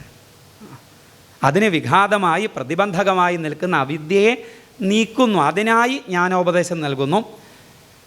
അങ്ങനെ ശിഷ്യനെ ശുദ്ധീകരിക്കുന്നവൻ ഏറ്റവും വലിയ തീർത്ഥം ഗുരു. ഗുരുവാകുന്ന തീർത്ഥത്തിൽ ഒരുമിച്ച് കഴിഞ്ഞവരാണ് സതീർത്ഥ്യർ. ഭഗവാന്റെ സതീർത്ഥ്യനായിരുന്നു ആര്? സുദാമാവ്. ഭഗവാൻ പഠിച്ചത് ഇന്നലെ നമ്മൾ കേട്ടുവല്ലോ, അവന്തി രാജ്യത്തിലാണ്. 64 ദിവസം, 2 മാസമേ വിദ്യാഭ്യാസം ഉണ്ടായുള്ളൂ. അപ്പം ഭഗവാന്റെ വിദ്യാഭ്യാസ സമയത്ത് അവിടെ സുദാമാവ് ഉണ്ടായിരുന്നു. ഒരു ബ്രാഹ്മണ കുലത്തിലാണ് ജന്മം. 6-7 വയസ്സ് കഴിഞ്ഞപ്പോൾ ഉപനയനമൊക്കെ കഴിഞ്ഞു. എന്നിട്ട് അവന്തി രാജ്യത്തിൽ ഈ മഹർഷിയുടെ ആശ്രമത്തിൽ കൊണ്ടുചെന്നാക്കി അച്ഛൻ വിദ്യാഭ്യാസത്തിനായി. അവിടെ പഠിച്ചുകൊണ്ടിരിക്കുമ്പോഴാണ് ഒരു ദിവസം സുദാമാവ് കാണുന്നത് മധുരയുടെ കൊടി വെച്ചുകൊണ്ട് ഒരു രഥം വരുന്നത്. ആ രഥത്തിൽ സുന്ദരന്മാരായ 2 ഉണ്ണികൾ, കൂടെ ഒരു രാജാവും. ആ രഥം അവിടെ നിൽക്കുന്നു. രഥത്തിൽ നിന്ന് ഈ 2 ഉണ്ണികളെയും താഴത്തേക്ക് ഇറക്കി അതാ ഗുരുനാഥൻ്റെ അടുത്തേക്ക് അദ്ദേഹം പോകുന്നു, എന്തൊക്കെയോ പറയുന്നു. അതിനുശേഷം തൊഴുതു നമസ്കരിച്ച് അദ്ദേഹം രഥത്തിൽ കയറി പോകുന്നു. ഗുരുനാഥൻ ഈ 2 ഉണ്ണികളെയും കൊണ്ട് സുദാമാവിൻ്റെ അടുത്തേക്ക് വന്നു. എന്നിട്ട് പരിചയപ്പെടുത്തി കൊടുത്തു. ഇതാരാ മനസ്സിലായോ? മധുരയിലെ രാജകുമാരന്മാരാണ്. ഇത് കൃഷ്ണൻ, ഇത് രാമൻ. അങ്ങനെയാണ് ആ ചേർച്ച അവിടെ സംഭവിക്കുന്നത്. പിന്നെ 64 ദിവസം വിദ്യാഭ്യാസം. അതിൻ്റെ ഇടയ്ക്ക് എന്തെന്തൊക്കെ അനുഭവങ്ങളാണ് സുദാമാവിനുണ്ടായതെന്നറിയോ? ഭഗവാനെ തീർത്തും അറിഞ്ഞു. ഇതൊക്കെ കഴിഞ്ഞ് ഗുരുദക്ഷിണ കൊടുക്കുമ്പോഴേ ഗുരുവിൻ്റെ നഷ്ടപ്പെട്ട മകനെ വീണ്ടെടുത്ത് കൊടുക്കല്ലേ ചെയ്തത്. കൊടുക്കുന്ന സമയത്ത് സുദാമാവിനെ കൂടെ ചേർത്ത് പിടിച്ചിട്ടാണ് ഭഗവാൻ കൊടുത്തതെന്നാണ്. ഇത് ഞങ്ങളുടെ ഗുരുദക്ഷിണയാണ് കേട്ടോ എന്നും പറഞ്ഞിട്ട്.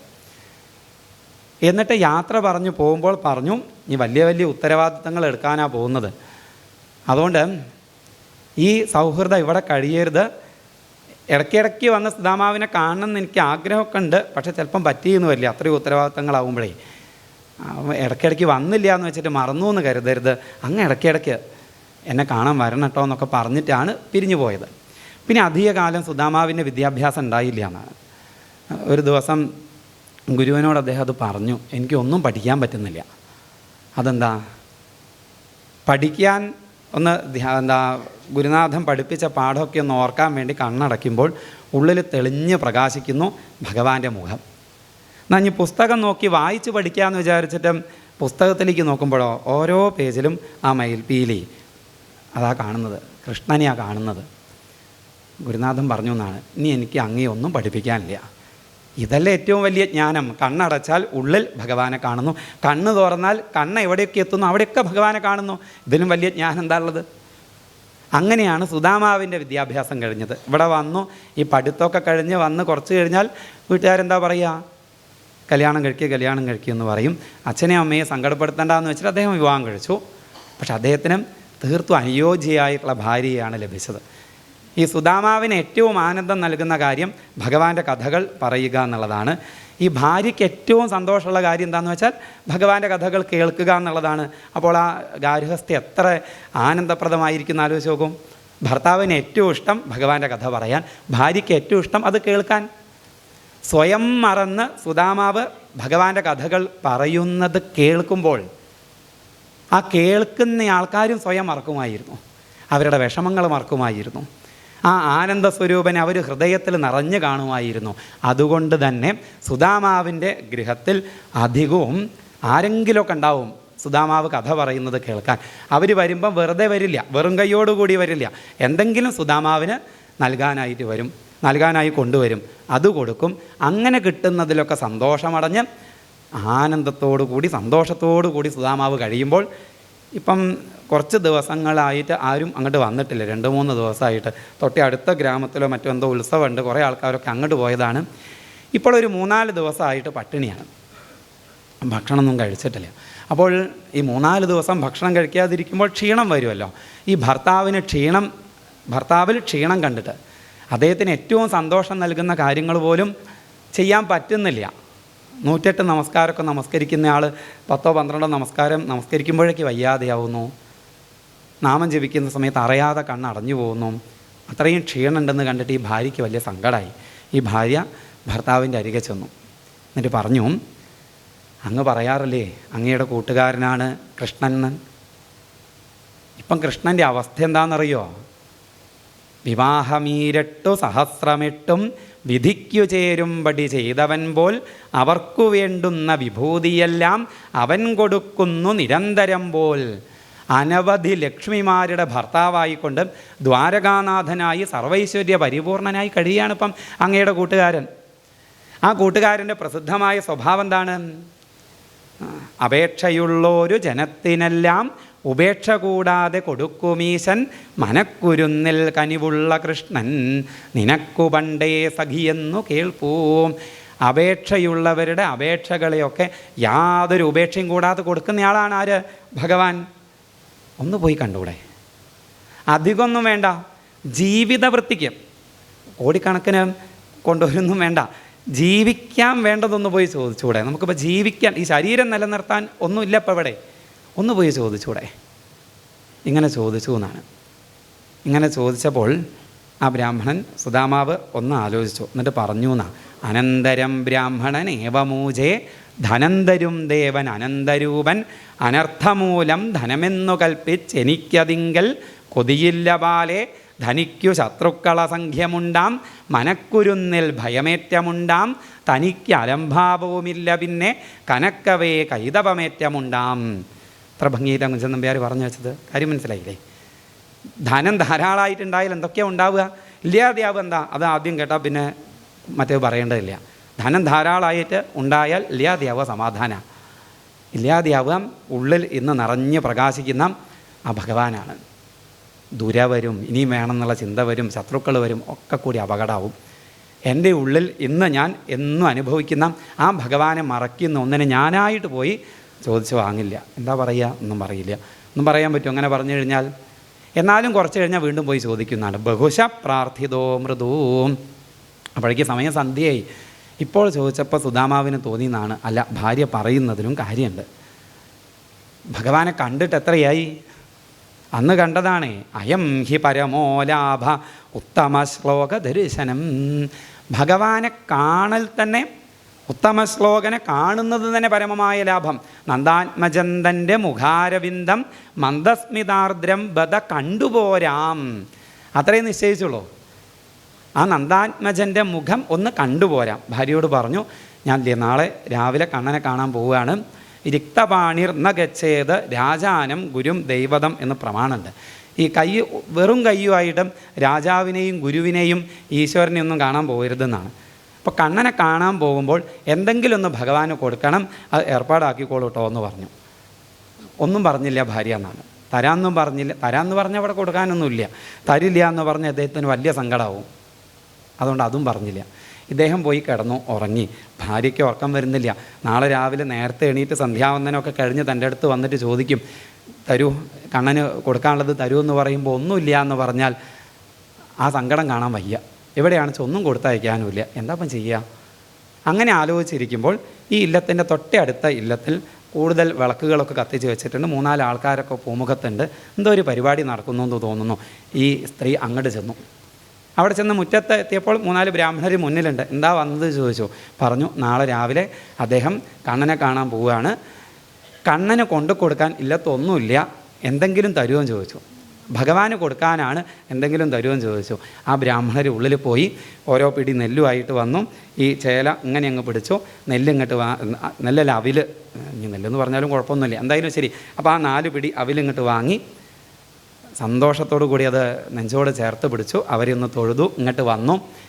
അപ്പോൾ കൊടുക്കാനുള്ളത് കിട്ടി. ഇനി ഇത് കൊടുക്കാൻ കൊണ്ടുപോകാൻ പറ്റിയൊരു രൂപത്തിലാക്കണ്ടേ? അതിന് പൊതിയാൻ വേറെ തുണിയൊന്നുമില്ല. ആ ചേല തന്നെ അങ്ങ് കയറി അതിലങ്ങ് കെട്ടുന്ന സമയത്ത് ഈ സാധ്വിയായ പതിവ്രതയായ ആ കുചേലപത്നിയുടെ കണ്ണിൽ നിന്ന് 2 തുള്ളി കണ്ണുനീര് കൂടി ആ അവിൽക്കഴിയിലേക്ക് വീണു എന്നാണ്. ഭഗവാനെ, അങ്ങയ്ക്ക് ഏറ്റവും ശ്രേഷ്ഠമായത്, ഏറ്റവും നല്ലത്, ഏറ്റവും നല്ല പ്രകാരം കൊടുത്തയക്കണമെന്ന് അറിയാഞ്ഞിട്ടല്ല, നിവർത്തില്ലാഞ്ഞിട്ടാണ്, ക്ഷമിക്കണേ എന്നുള്ള ഭാവത്തിൽ അതങ്ങോട്ട് കെട്ടിവെച്ചു. അപ്പോൾ സന്തോഷമായി, കൊടുക്കാൻ ആയല്ലോ. അപ്പോഴേക്ക് സമയം കുറേ ആയിട്ടുണ്ട്. പിന്നെ ഉറങ്ങുമൊന്നും ചെയ്തില്ല. നാമവും ജപിച്ചിട്ട് രാത്രി കഴിച്ചു കൂട്ടി. രാവിലെയായി. ബ്രാഹ്മമുഹൂർത്തത്തിലെ അദ്ദേഹം എണീറ്റു. സുദാമാവ് എണീറ്റ് കുളി സന്ധ്യാവന്ദനമൊക്കെ കഴിഞ്ഞ് വന്നു. തരൂ എന്ന് പറഞ്ഞപ്പോൾ ആ കിഴി അങ്ങോട്ട് കൊടുത്തു. സന്തോഷമായി അദ്ദേഹത്തിന്. ആ കിഴി മാറോട് ചേർത്ത് പിടിച്ച് നാമവും ജപിച്ച് വേഗം അങ്ങോട്ട് പോന്നു.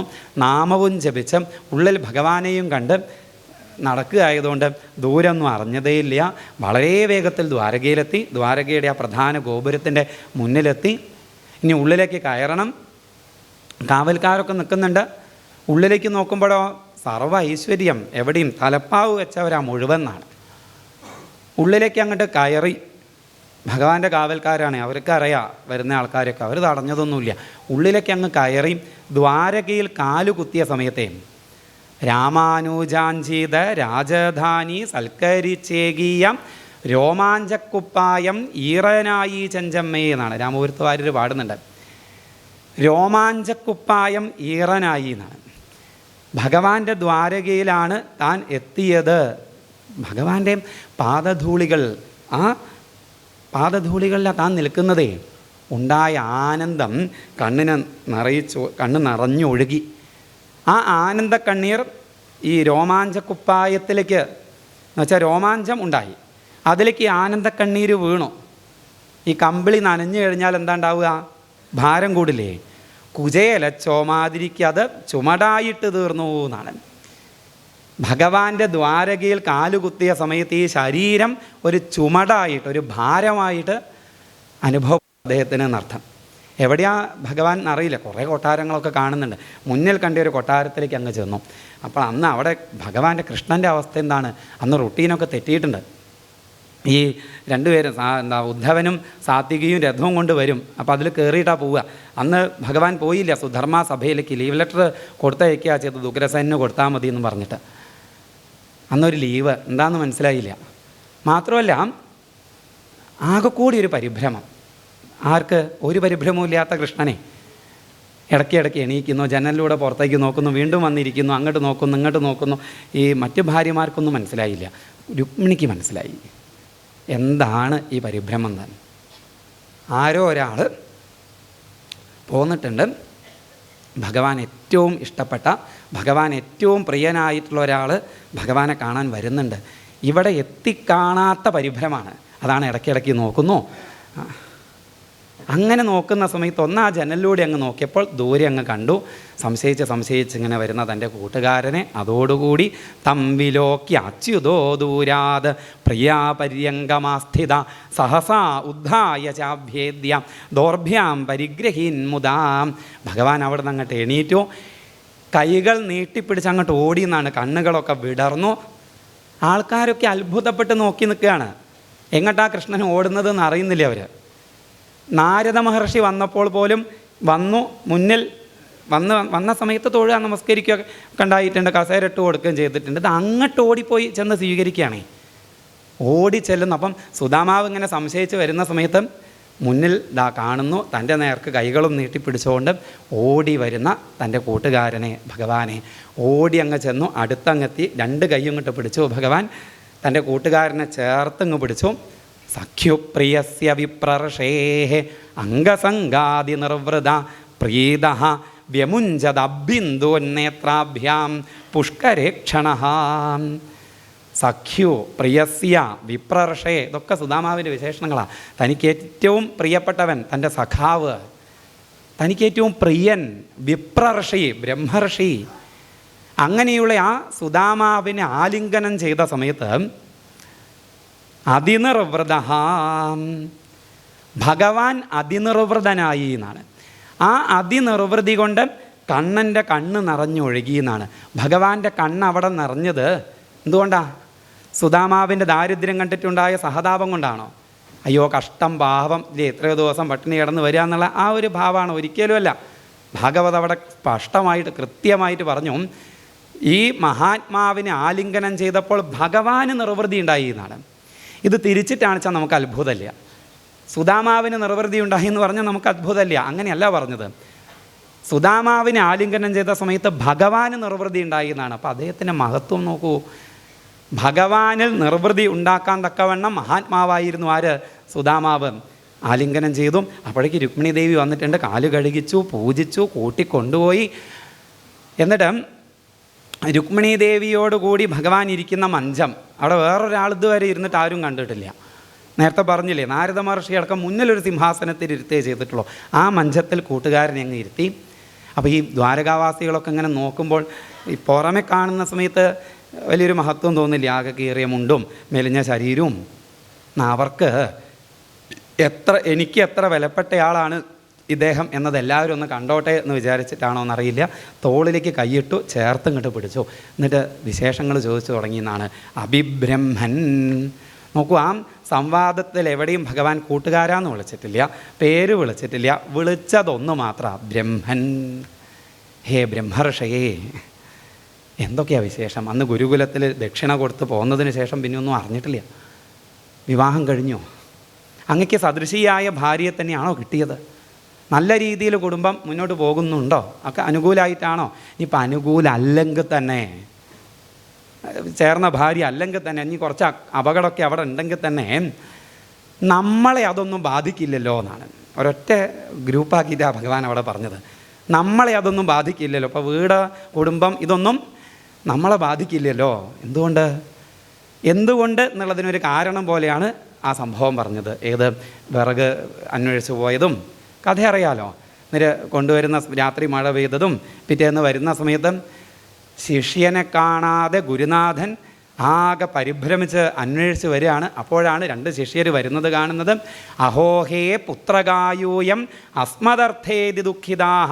നിറഞ്ഞ കണ്ണുകളുമായി ആ ഗുരുനാഥൻ ഓടി വന്ന് നമ്മളെ ആലിംഗനം ചെയ്തില്ലേ, എന്നിട്ട് അനുഗ്രഹിച്ചില്ലേ, ഞാൻ പഠിപ്പിച്ചതൊക്കെ ഇപ്പം പഠിപ്പിച്ച പോലെ എപ്പോഴും ഓർമ്മ ഉണ്ടാവട്ടെ, എപ്പോഴും ഉള്ളിൽ പ്രകാശിക്കട്ടെ.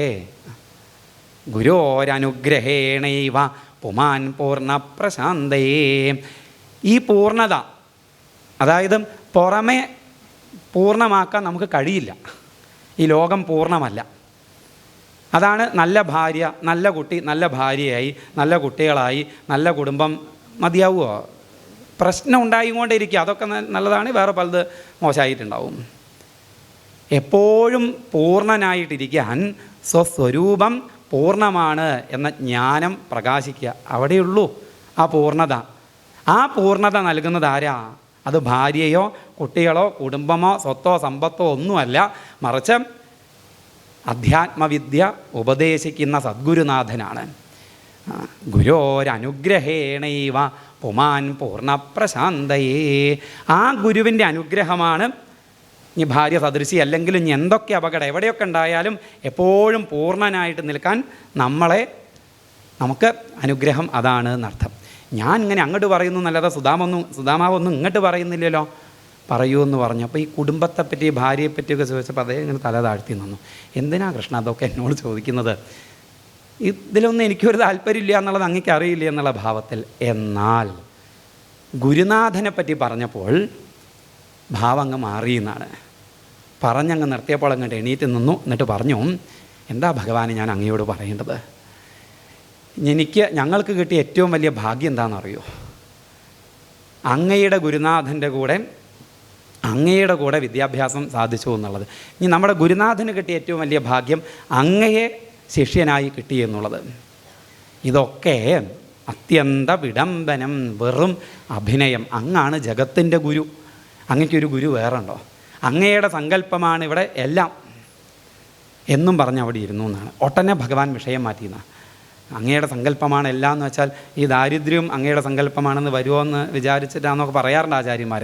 എന്തായാലും ഉടനെ അധ്യായം തന്നെ മാറി. മാത്രമല്ല പറഞ്ഞു വന്നത് അവിടെ അങ്ങ് നിർത്തിയിട്ട് പിന്നെ ഒരു തിരക്ക് പോലെയാണ് നമുക്ക് തോന്നുന്നത്. കിമുപായനമാനീതം അതൊക്കെ അവിടെ നിൽക്കട്ടെ. എന്താ കൊണ്ടുവന്നത്? എന്നെ കാണാൻ വരുമ്പോൾ എന്താ കൊണ്ടുവന്നത്? എന്തെങ്കിലും കൊണ്ടുവന്നിട്ടുണ്ടാവും, അതെനിക്ക് ഉറപ്പാണ്. കൊണ്ടുവന്നിട്ടുണ്ടാവും എന്ന് വെച്ചാൽ ഞാൻ കൊണ്ടുവരുന്ന വസ്തുവിൻ്റെ വലുപ്പമല്ല കാണുന്നത്, കൊണ്ടുവരുന്ന ആളെയാണ് കാണുക. ആ ആളുടെ മനസ്സാ കാണുക. അണ്വഭി ഉപാഹൃതം ഭക്തൈ പ്രേംണ ഭൂര്യേവമേ ഭവേദം. എൻ്റെ ഭക്തൻ എനിക്ക് നൽകുന്ന ചെറുതും എനിക്ക് വലുതാ. ഇനി എന്നിൽ ഭക്തി ഇല്ലാത്ത ആൾ സ്വർണം കൊണ്ട് തുലാഭാരം നടത്തുകയൊക്കെ ചെയ്യും, പേപ്പറിൽ പേര് വരാനും അതൊക്കെ വേണ്ടിയിട്ട്, പ്രശസ്തി കിട്ടാനും അതിനൊക്കെ വേണ്ടിയിട്ട്. അതൊന്നും എനിക്ക് വലിയ സന്തോഷം തരില്ല എന്നാണ്. പത്രം പുഷ്പം ഫലം തോയം യോമേ ഭക്തിയാ പ്രയച്ഛതി തദഹം ഭക്തിയുപഹൃതം അസ്നാമി പ്രയതാത്മനാ. ഒരു ചെറിയ ഇലയായാലും പുഷ്പമായാലും ഫലമായാലും വെള്ളമായാലും അത് ഭക്തിയോടുകൂടിയാണ് തരുന്നതെങ്കിൽ എനിക്കത് വളരെ വലുതാണ്. ഭൂര്യഭി അഭക്തോപഹൃതം നമ്മേ പോഷായ കൽപ്പതേ. അഭക്തന്മാർ തരുന്നത് വളരെ ഭൂരിയാണെങ്കിലും എനിക്ക് വലിയ സന്തോഷമൊന്നും ഉണ്ടാവില്ല. അതുകൊണ്ട് എനിക്ക് ഉറപ്പാണ് അങ്ങനെ സന്തോഷിപ്പിക്കുന്ന എന്തെങ്കിലും കൊണ്ടുവന്നിട്ടുണ്ടാവും തരുമെന്ന് പറഞ്ഞു. അദ്ദേഹം മുഖം താഴ്ത്തി നിൽക്കുകയാണ്. ഈ ഐശ്വര്യങ്ങളുടെ നടുവിൽ ഭഗവാന് കൊടുക്കാനുള്ള യോഗ്യതയെ കൊണ്ടുവന്നതിനുണ്ടോ എന്നുള്ള ചിന്ത അദ്ദേഹത്തിനെ ഭഗവാനൊന്ന് ചിന്തിച്ചു എന്നാണ്. സർവഭൂതാത്മദൃക് സാക്ഷാൽ തസ്യാഗമന കാരണം വിജ്ഞായ ആചിന്തയന്നായം ശ്രീകാമോമാ ഭജൽപുര. ഭഗവാൻ സർവഭൂതാത്മദൃക്കാണല്ലോ. ഇദ്ദേഹത്തിൻ്റെ ഉള്ളിൽ പ്രത്യേകാത്മാവായി പ്രകാശിക്കുന്നത് ഭഗവാനാണ്. അപ്പം ഇദ്ദേഹത്തിൻ്റെ ചിന്ത, ഇദ്ദേഹം ആരാന്നുള്ളത് ഭഗവാൻ അറിയാം. ശ്രീകാമോമാ ഭജൽപുര. ഇതുവരെ ഇദ്ദേഹം എന്തെങ്കിലും ഒന്ന് വേണം എന്ന് വിചാരിച്ച് എന്നെ ഭജിച്ചിട്ടില്ല. എന്തെങ്കിലും ഒന്ന് കിട്ടണം എന്നുള്ള ചിന്ത ഇതുവരെ ഉണ്ടായിട്ടില്ല, ഇപ്പോഴും ഇല്ല. അതുകൊണ്ടാണ് തരാത്തതേ. ഇങ്ങോട്ട് കിട്ടണം എന്നുള്ള ചിന്ത ഉള്ളവൻ കൊടുക്കാൻ ഒരിക്കലും മറക്കില്ല. അതില്ല. ഇദ്ദേഹത്തിന് കിട്ടേണ്ടത് കിട്ടിക്കഴിഞ്ഞു. എന്താ കിട്ടേണ്ടിയിരുന്നത്? എന്നെ കാണുക, എൻ്റെ കൂടെ ഇരിക്കുക, അതിൽ കൃതാർത്ഥനായിട്ടിരിക്കുകയാണ്. ഇത് ചോദിച്ചാലും തരില്ല, തട്ടിപ്പറിച്ചെടുക്കുക തന്നെ വേണം എന്ന് ചിന്തിച്ച പത്നി ആ ഇനി എടുക്കണ്ടേ, വേണം. കാരണം ആ പതിവ്രതയായ പത്നി ആ ഭക്ത കൊടുത്തയച്ചതല്ലേ. അത് വാങ്ങണം മാത്രമല്ല, എൻ്റെ മുന്നിലേക്ക് വരുന്ന ഭൂരിഭാഗം വരുന്നത് എന്നിൽ നിന്നും പലത് കിട്ടാൻ വേണ്ടിയിട്ടാണ്. എനിക്ക് പലതും തരുന്നത് ഇരട്ടി അങ്ങോട്ട് കിട്ടാൻ വേണ്ടിയിട്ടാണ്. അതിൽ കുറഞ്ഞ ആൾക്കാർ മാത്രമേ എന്നെ കാണാൻ, എന്നോടുള്ള സ്നേഹം കൊണ്ട് എൻ്റെ മുന്നിലേക്ക് വരുള്ളൂ. അങ്ങനെയുള്ളവർ വന്നാൽ ഒന്നും ചോദിക്കില്ല, പക്ഷെ അവർക്ക് ഞാനൊക്കെ കൊടുക്കും. പ്രാപ്തോ മാമസ്യദാസ്യാമി സമ്പദ അമർത്യ ദുർലഭ. അതുകൊണ്ട് എൻ്റെ ഈ കൂട്ടുകാരനും അമർത്യ ദുർലഭങ്ങളായ, ദേവന്മാർക്ക് പോലും ദുർലഭങ്ങളായ സമ്പത്ത് അഹം ദാസ്യാമി, ഞാൻ കൊടുക്കും എന്നാണ് ഭഗവാൻ നിശ്ചയിച്ചത്. അത് നമ്മളും ചിന്തിക്കണേ. ഒന്നും ചോദിച്ചില്ല സുദാമാവ്. ചോദിച്ചു എന്തെങ്കിലും? ഇല്ല. കിട്ടാതിരുന്നോ? നീ കിട്ടാൻ ബാക്കിയുണ്ടോ? അത്രയും കിട്ടിയില്ലേ? ഇത് എത്ര പറഞ്ഞാലും നമുക്ക് ബോധ്യാവില്ല. മറന്നു പോവാതിരിക്കാൻ ലിസ്റ്റ് എഴുതി കീശലിട്ട് പോകുന്ന ആൾക്കാരുണ്ട്. അമ്പലത്തിൽ പോയിട്ട് ചോദിക്കുന്നതിൽ വിട്ടു പോവാതിരിക്കുകയാണേ. ഇങ്ങനെ ഭഗവാന്റെ മുന്നിൽ യാചകരാവുകയല്ല വേണ്ടത്. ചോദിച്ചിട്ടാണോ ഭഗവാൻ ഇതൊക്കെ നമുക്ക് തന്നത്? ചോദിക്കാത്ത എന്തൊക്കെ നമുക്ക് തന്നിട്ടുണ്ട്. നമുക്ക് അർഹത ഉള്ളത് ഭഗവാൻ തന്നുകൊണ്ടിരിക്കും. അത് കാണാൻ കഴിയണം. ഭഗവാന്റെ കൂട്ടുകാരനും കൂട്ടുകാരിയാവാൻ കഴിയണം. ഭഗവാന് വേണ്ടി ഭഗവാന്റെ അടുത്തേക്ക് പോകണം എന്നർത്ഥം. ഇങ്ങനെ അങ്ങ് നിശ്ചയിച്ചിട്ട് ഭഗവാൻ അടുത്തേക്ക് അങ്ങോട്ട് ഇരുന്നു. ആ അവിൽക്കിഴി തട്ടിപ്പറച്ചങ്ങോട്ട് എടുത്തു, മുന്നിൽ വെച്ചു. അവിൽക്കിഴി അങ്ങ് തുറന്നു. അവിൽ കണ്ടതോടു കൂടിയിട്ട് ഈ ചെറിയ കുട്ടികൾക്കൊക്കെ ഇഷ്ടപ്പെട്ട മധുരപലഹാരവും ഐസ്ക്രീമൊക്കെ ധാരാളം അങ്ങോട്ട് കണ്ടാലുണ്ടാവുന്നൊരു ഭാവമല്ലേ, മുഖമൊക്കെ അങ്ങോട്ട് വിടർന്നു, കണ്ണൊക്കെ അങ്ങോട്ട് വികസിച്ചു. ഒരു പിടി അവിലിങ്ങോട്ട് വാരി അതങ്ങ് കഴിച്ചു. നന്വേദതുപനീതമ്മേ പരമപ്രീണനം സഖേ. എന്തൊരു സ്വാദാണ് ഈ അവിലിന്. ഇത്രയും സ്വാദുള്ള അവിൽ കൊണ്ടുവന്നിട്ട് എനിക്ക് തരാതിരിക്കുകയാണ് എന്നും പറഞ്ഞിട്ട് ഒരു പിടി കഴിച്ച് അത് ഇറങ്ങുന്നതിന് മുന്നേ അടുത്ത പിടി, നമുക്ക് ഏറ്റവും ഇഷ്ടപ്പെട്ടത് കിട്ടിയ അങ്ങനെയല്ലേ, അടുത്ത പിടി വാര്യം കഴിക്കാൻ പുറപ്പെട്ടപ്പോൾ രുക്മിണി ദേവി കൈക്ക് പിടിച്ചു. മതി കേട്ടോ, എന്താ വീട്ടുജോലിക്കാരിയായിട്ട് എനിക്ക് പോകേണ്ടിയിരുന്നു വെച്ചിട്ട്, എനിക്ക് പോകാൻ ഒരു വിഷമമില്ല. അങ്ങ് ചൂലും കൊണ്ട് ഭക്തൻ്റെ മുറ്റടിച്ചു വരാൻ പോകുന്ന സമയത്ത് പിറകിൽ മറ്റേ ചട്ടയും കൊണ്ട് പോകാൻ എനിക്കെന്ത് വിഷമമാണ്? അഹം ഭക്തപരാധീനാം. എത്ര സന്ദർഭത്തിൽ എന്തൊക്കെ പറഞ്ഞിട്ട് ഞാൻ ഭക്തൻ്റെ പിറകിൽ നടക്കും, പൊടിയെടുത്ത് ശിരസിലണിയാൻ. ഭഗവാന് ഭക്തൻ്റെ ദാസനാവാൻ സന്തോഷമേ ഉള്ളൂ. അതൊന്നുമല്ല. പിന്നെയോ അങ്ങ് ഒരു പിടിയും കൂടി ഇങ്ങോട്ട് വാരിക്കഴിഞ്ഞാൽ ഇനി കൊടുക്കാനൊന്നും ഉണ്ടാവില്ല. ആദ്യത്തെ പിടി വാരിയപ്പോൾ അങ്ങേയടക്കം കൊടുത്തു കഴിഞ്ഞു, അങ്ങ് കടക്കാരനായി പോവും. 1. 2, അങ്ങയെ സന്തോഷിപ്പിച്ചത് എന്താണെന്ന് എനിക്കറിയാം. ഇവിടെ അവിലില്ലാത്ത സ്ഥലമൊന്നുമല്ല, ആണോ ദ്വാരക? പോരാത്തത് ഞങ്ങൾ 16,000 ചില്ലാനും ഭാര്യമാരുണ്ട്, ഇഷ്ടത്തിനനുസരിച്ച് അവിൽ കുത്തിത്തരാൻ. അപ്പോൾ ഈ അവിലൊന്നുമല്ല അങ്ങയെ സന്തോഷിപ്പിച്ചത്, എനിക്കറിയാം ആ അവിലിൽ എന്താണ് അങ്ങയ്ക്ക് സ്വാദായിട്ട് അനുഭവപ്പെട്ടതെന്ന്. അത് ഞങ്ങൾക്കും അനുഭവിക്കണം. ആ സുദാമാ ഭക്തിയുടെ സ്വാദ്, ഈ സുദാമാവിൻ്റെ സമർപ്പണത്തിൻ്റെ ഭക്തിയുടെ സ്വാദ്. കൂടാതെ ഇപ്പോൾ ഭഗവാൻ കഴിച്ചതിൻ്റെ ബാക്കി എന്ന നിലയ്ക്ക് അത് പ്രസാദമായി ഞങ്ങൾക്കും വേണമെന്ന് പറഞ്ഞു. അവിലവിടെ വെച്ചു. അത് ദ്വാരകയിൽ എല്ലാവരിലേക്കും എത്തി. ഇത്ര സ്വാദുള്ളൊന്നും അവർ പിന്നെയും കഴിച്ചില്ല, മുന്നും കഴിച്ചില്ല എന്നാണ്.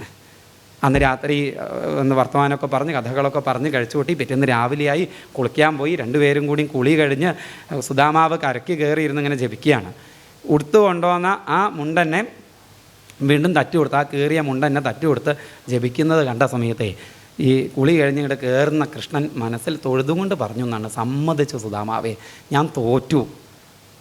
ആയിരുന്നോ? ഇന്നലെ മുതൽക്ക് ഈ നിമിഷം വരെ ഭഗവാന്റെ പരീക്ഷയായിരുന്നു. ലോകൈകനാഥനായ ഭഗവാൻ ലക്ഷ്മീ ദേവിയോടുകൂടി കാൽക്കൽ വീണ് നമസ്കരിച്ചത് പരീക്ഷയായിരുന്നു. കാല് കഴുകിച്ചത് പരീക്ഷയായിരുന്നു. സർവ്വ ഐശ്വര്യങ്ങളുടെ നടുവിലൊരു രാത്രി മുഴുവൻ ഇരുത്തി എന്തും തരാൻ ഞാൻ തയ്യാറാന്നുള്ള ഭാവത്തിൽ ഇരുന്നു കൊണ്ട് ഇരുത്തിയത് പരീക്ഷയായിരുന്നു. അതൊക്കെ ജയിച്ചു. ഒരു മുണ്ട് മാറി കൊടുക്കാൻ പോലും ചോദിക്കുന്നില്ല എന്ന്. ഇങ്ങനെയൊരു വൈരാഗ്യം കൊടുക്കാം, എത്ര വേണമെങ്കിലും കൊടുക്കാം. എത്ര കൊടുത്താലും കൊടുക്കുന്നത് കൊണ്ട് ഇദ്ദേഹം ഒരിക്കലും നശിക്കില്ല എന്ന് ഉറപ്പായി. അപ്പോൾ സുദാമാവ് ചിന്തിക്കുന്നത് എന്താണ്? ഇവിടുന്ന് തരാമെന്ന് തോന്നുന്നില്ല. എന്ത്? എല്ലാ ദിവസവും ഭഗവാനെ പൂജിക്കാറുണ്ട്. അപ്പം ഇങ്ങോട്ട് വന്നപ്പോൾ നേരിട്ട് പൂജിക്കാമെന്നാണ് വിചാരിച്ചത്. അത് ഇതുവരെ നടന്നിട്ടില്ല. ഇങ്ങോട്ട് കാൽക്കൽ വീഴാന്നല്ലാതെ ഇങ്ങോട്ട് നടക്കുമെന്നും തോന്നുന്നില്ല. പക്ഷേ എന്നത്തെയും പൂജ മുടക്കാൻ വയ്യ. അതുകൊണ്ട് വേഗം പോകണം എന്നുള്ളതിലേക്കായി. അവിടെ ചെന്നാൽ പൂജിക്കാമല്ലോ, ഇവിടുന്ന് തന്നെ പൂജിച്ചുകൊണ്ടിരിക്കുകയുള്ളൂ. ഭഗവാനോട് പറഞ്ഞു, എന്നാൽ എനിക്ക് പോകണം, ഇത്ര വേഗം പോവേ? വേഗം പോകണം.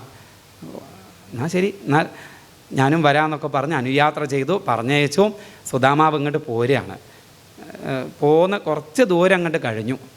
ഈ വെളിച്ചത്തിൻ്റെ അടുത്ത് നിന്ന് ഇങ്ങോട്ട് അകലുമ്പല്ലേ ഇരുട്ട് വരിക. ഇരുട്ടൊന്നും വന്നില്ല. പിന്നെയോ കുറച്ചാണ്ട് കഴിഞ്ഞപ്പോഴാണ് തൻ്റെ അനുഭവങ്ങളെപ്പറ്റി ചിന്ത വന്നത്. ഇപ്പം എന്താ ഉണ്ടായത്? ഭഗവാനെ ദൂരെന്ന് കണ്ടാൽ തന്നെ മഹാഭാഗ്യം എന്ന് വിചാരിച്ചു പോയ എനിക്ക് സാധിച്ചതേ, ഭഗവാൻ വിശ്വനാഥൻ തൻ്റെ കാല് കഴുകിച്ചു, പൂജിച്ചു, സൽക്കരിച്ചു. ബ്രാഹ്മണ കുലത്തിൽ ജനിച്ചു എന്നുള്ള ഭഗവാന്റെ കാരുണ്യം, വേറെ എന്ത് യോഗ്യത എനിക്കുള്ളത് എന്നെ പൂജിക്കാൻ തക്കവണ്ണം? എന്നിട്ടോ ഒന്നും തന്നില്ലല്ലോ ഭഗവാൻ. ഭാര്യ അവിടെ കാത്തു നിൽക്കുന്നുണ്ടാവില്ലേ? ഒന്നും തന്നിട്ടില്ല, ഒന്നും ചോദിച്ചിട്ടുമില്ല. നീ ചോദിച്ചിട്ടില്ലെങ്കിലും ഭഗവാൻ അറിയില്ലേ എന്തേ തരാഞ്ഞു? ഈ ചിന്ത വന്നി ഉടനെ തന്നെ അടുത്ത ചിന്ത വന്നു എന്നാണ്. അധനോയം ധനം പ്രാപ്യ മാദ്യന്നുച്ചേർന്ന മാം സ്മരേത് ഇതി കാരുണികോ നൂനം ധനം മേ ഭൂരിനാദദാത്. ദരിദ്രനായ എനിക്ക് പെട്ടെന്ന് സമ്പത്ത് ധാരാളം ഉണ്ടായിക്കഴിഞ്ഞാൽ ഞാൻ അതിൽ ഭ്രമിച്ചു പോയേക്കാം, അഹങ്കരിച്ചു പോയേക്കാം, തന്മൂലം ഭക്തി നശിക്കാം, ഞാനേ നശിക്കാം. അങ്ങനെ ഞാൻ നശിക്കരുത് എന്ന് കരുതി കാരുണ്യമൂർത്തിയായ ഭഗവാൻ ഒന്നും തരാതെ എന്നെ അനുഗ്രഹിച്ചു എന്നാണ്. ഇങ്ങനെയൊക്കെ ചിന്തിക്കാൻ കഴിയണമെങ്കിൽ ആലോചിച്ച് നോക്കൂ, നമുക്കൊക്കെ എത്ര കിട്ടി, എന്നിട്ട് നമ്മുടെ പരാതി തീരുന്നുണ്ടോ? നമ്മുടെ വീടിൻ്റെ ഒരു ഭാഗത്ത് വലിയ കൊട്ടാരം, ഒരു ഭാഗത്ത് കുടിലും ഉണ്ടെങ്കിൽ നമ്മുടെ ശ്രദ്ധ എപ്പോഴും കൊട്ടാരത്തിലല്ലേ? എന്നെ ആ കൊട്ടാരത്തിലെ കോടീശ്വരനാക്കിയില്ലല്ലോ എന്നുള്ള ചിന്തയല്ലേ? ഈ കുടിലിൽ ഒരു നേരത്തെ ഭക്ഷണത്തിന് വകയില്ലാത്ത ആളുണ്ടെന്നുള്ള ചിന്ത പലപ്പോഴും വരുന്നുണ്ടോ? ഭഗവാൻ തന്നത് കാണാൻ പലപ്പോഴും കഴിയാതെ പരാതി പറയല്ലേ? അവിടെയാണ് ഭഗവാനിൽ നിന്നും ഒന്നും കിട്ടാത്തതിനെ ഭഗവാന്റെ അനുഗ്രഹമായിട്ട്, വലിയ അനുഗ്രഹമായിട്ട്, കാരുണ്യമൂർത്തിയാണ് ഭഗവാൻ, കൃതാർത്ഥതയോടുകൂടി, സംതൃപ്തിയോടുകൂടി, സന്തോഷത്തോടുകൂടി, ആനന്ദത്തോടുകൂടി ഇതാ തൻ്റെ ഗൃഹവും ലക്ഷ്യമാക്കി നടക്കുന്നു. വീട് ഉള്ളയിടത്ത്, ആ വീട് നിൽക്കുന്നിടത്തേക്ക് എത്തിയപ്പോഴേ ആകെക്കൂടി സംശയമായി. മാർഗഭ്രമം കൊണ്ടിഹ വന്നതോ ഞാൻ സ്വർഗത്തിനൊക്കും ഗൃഹമാരുടേവാൻ എന്നല്ലഹോ നല്ലൊരു സുന്ദരാംഗി നന്നായി അലങ്കൃത്യ വരുന്നു ദൂരാൽ. എൻ്റെ കുടിൽ നിന്നേടത്ത് വലിയൊരു കൊട്ടാരം, വഴി മാറിപ്പോയോ? ഏതോ ഒരു സുന്ദരി കുറേ ജോലിക്കാരൊക്കെ ആയിട്ട് വരുന്നുണ്ടല്ലോ, കണ്ടിട്ട് നല്ല പരിചയം, എവിടെയോ കണ്ട പരിചയമുണ്ട്. അടുത്തെത്തിയ സമയത്താണ് ആഹന്ത കൃഷ്ണ മമ ഭാര്യതാനോ ഗേഹത്തിൽ നിന്നാശുമുദാ വരുന്നു കിമിന്ദ്രജാലം മമ മോഹമോവാൻ നമാമി ഗോവിന്ദ മുകുന്ദ വിഷ്ണോ. ഇതെൻ്റെ ഭാര്യ തന്നെയാണല്ലോ, ഇപ്പം എന്താ അവിടെ ഉണ്ടായത്? ചിന്തിച്ച ഉത്തരം കിട്ടിയില്ല. അതിന് മുന്നേ ഭാര്യ വന്നു, കൂട്ടിക്കൊണ്ടുപോയി 7 നില മാളികയ്ക്ക് മുകളിലിരുത്തി പാൽപ്പത പോലെ പയഭേന നിഭാശയ്യ, പാൽപ്പത പോലെ മൃദുലമായ കിടക്കയിലിരുത്തി ഒരു ഗ്ലാസ് പാല് ക്ഷീണം മാറ്റാൻ കൊടുത്തു. അദ്ദേഹം പാലൊന്നും കുടിച്ച് ശീലമില്ല, അതങ്ങോട്ട് മാറ്റി വെച്ചു എന്നാണ്. കിടക്കിയെന്ന് നിലത്തേക്ക് അങ്ങോട്ട് ഇരുന്നു, പച്ചവെള്ളം പിടിച്ചിട്ടേ ശീലമുള്ളൂ. പാലൊന്നും വേണ്ട എന്ന് പറഞ്ഞു. വേണ്ടേ, ഭഗവാന്റെ അനുഗ്രഹമാണ്, ഭഗവാന്റെ പ്രസാദം വേണ്ടാന്നോ? വേഗം ആ പാലങ്ങോട്ട് കുടിച്ചു എന്നാണ്. വേഗം കിടക്കയിൽ കയറിയിരുന്നു എന്നാണ്.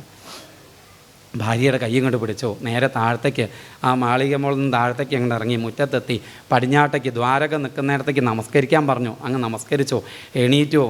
ഭാര്യയോട് പറഞ്ഞു, ഇപ്പം എന്താ ഉണ്ടായത് അറിയുമോ? നൂനമ്പതേതൻ മമ ദുർഭഗസ്യ ശശ്വദരിദ്രസ്യ സമൃദ്ധിഹേതോ മഹാവിഭൂതേരവലോകതോന്യ നൈവോപപദ്യേത യഥോത്തമസ്യ. ശശ്വൽ ദരിദ്രരായിരുന്ന നമുക്ക് ഇത്രയും സമൃദ്ധി ഉണ്ടായിട്ടുണ്ടെങ്കിൽ അതാ മഹാവിഭൂതിയായ ഭഗവാന്റെ കാരുണ്യം ഒന്ന് മാത്രമാണ്. ഇനിയിപ്പം നിനക്ക് തോന്നുന്നുണ്ടാവും ഞാൻ അവിടെ പോയിട്ട് അവലാതി പറഞ്ഞ് വാങ്ങിയതാണെന്നൊക്കെയെന്ന്. നിനക്കറിയുമോ, അവിടെ എത്തിയപ്പം ഞാൻ എന്നെപ്പോലും മറന്നുപോയിട്ടുണ്ട്, ഒന്നും ചോദിച്ചിട്ടില്ല. നന്നു അബ്രുവാണോ ദിശതേ സമക്ഷം യാജിഷ്ണവേ ഭൂര്യഭിഭൂരി ഭോജ. എന്നാൽ പർജന്യവത്തൽ സ്വയമീക്ഷമാണ ദാശാർഹഗാണാം ഋഷഭസഖാമേ. മഴ പെയ്യിച്ചു തരുന്നത് പോലെ ദാ ഈ ഐശ്വര്യം മുഴുവൻ നമുക്ക് നൽകി കാരുണ്യമൂർത്തിയായ ഭഗവാൻ, യാദവശ്രേഷ്ഠനായ എൻ്റെ കൂട്ടുകാരനായ ഭഗവാൻ. ആ വാക്കുകളിൽ ഉണ്ടായിരുന്ന ആനന്ദം ഈ സമ്പത്ത് കിട്ടിയതുകൊണ്ടുണ്ടായുള്ള സന്തോഷമല്ലായിരുന്നു, മറിച്ച് എൻ്റെ കൂട്ടുകാരനായ, തന്നെ കൂട്ടുകാരനായി തന്നെ അവിടെ ഇരുത്തി ഇതൊക്കെ നേരെയാക്കിയിട്ടുണ്ടെങ്കിൽ ഭഗവാന്റെ മനസ്സിൽ, ഭഗവാന്റെ ഉള്ളിൽ താനുണ്ടെന്നല്ലേ അർത്ഥം. ഋഷഭസഖാമേ. ഇനിയാ പേടിക്കേണ്ടത്. കാരണം ഈ ഐശ്വര്യങ്ങളൊക്കെ എപ്പോൾ വേണമെങ്കിലും നമ്മളുടെ മനസ്സിനെ വഴി തെറ്റിച്ചേക്കാം. അങ്ങനെ വഴി തെറ്റാതിരിക്കാൻ, മനസ്സ് സദാ ഭഗവാനിൽ നിൽക്കാൻ തസ്യൈവ മേ സൗഹൃദസഖ്യമൈത്രീ ദാസ്യം പുനർജന്മനി ജന്മനി സ്യാത് മഹാനുഭാവേന ഗുണാലയേന വിഷജ്ജതസ്ഥൽ പുരുഷപ്രസംഗ. ഭഗവാനിലുള്ള സഖ്യം, സൗഹൃദം, മൈത്രി, ഭഗവത് ഭക്തന്മാരുമായിട്ടുള്ള സംഘം ഇതെപ്പോഴും സാധിക്കണേ എന്ന് പറഞ്ഞ് നമസ്കരിച്ചു. എന്നിട്ട് ബുഭുജേ നാദിലമ്പട, ഈ സുഖങ്ങളൊക്കെ അനുഭവിച്ചു. അതിനാലൊന്നും ബാധിക്കപ്പെട്ടില്ല. ഈ കഥ പറഞ്ഞ് അവസാനിച്ചപ്പോഴും കഥ പറഞ്ഞ് തുടങ്ങുമ്പോഴും സുദാമാവിൽ എന്തെങ്കിലും വ്യത്യാസമുണ്ടോ? ഇല്ല. ദാരിദ്ര്യത്തിൻ്റെ പുറമെയുള്ള ദൃഷ്ടിയിൽ ദാരിദ്ര്യത്തിൻ്റെ പടുകുഴിയിൽ കിടക്കുമ്പോഴും ഇപ്പോൾ സമ്പത്തിൻ്റെ മടിത്തട്ടിൽ വിരാജിക്കുമ്പോഴും അദ്ദേഹം ഒരേപോലെ ദുഃഖേഷു അനുദ്വിഗ്നമന സുഖേഷു വിഗതസ്പൃഹ വീതരാഗ ഭയക്രോധ സ്ഥിതധീ മുനിരുച്യതയെ. ഗീതയിൽ ഭഗവാൻ ലക്ഷണം പറഞ്ഞു വെച്ചുവെങ്കിൽ ഇവിടെ ഭാഗവതം ആ ലക്ഷണം തികഞ്ഞ ഒരു സ്ഥിതപ്രജ്ഞനെ, ഒരു യോഗിയെ, ഒരു ജ്ഞാനിയെ, ഒരു ഭക്തനെ സുദാമാവിലൂടെ നമുക്ക് കാണിച്ചു തരികയാണ്. ആ സുദാമാചരിതം ഭഗവാന്റെ പാദങ്ങളിൽ സമർപ്പിക്കുന്നു. ദിവ്യമായി നടന്നു വരുന്ന ഈ ഭാഗവത സപ്താഹം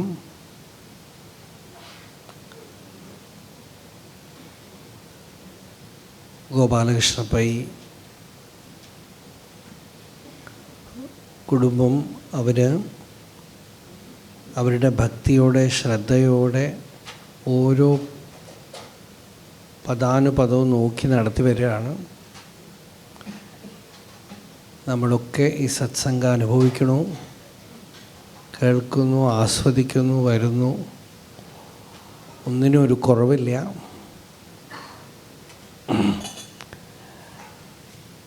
ഈ ഒരു സത്സംഗം കൊണ്ട് അവരും ധന്യരായി, നമ്മൾ ശ്രോതാക്കളും എല്ലാവരും ധന്യരായി.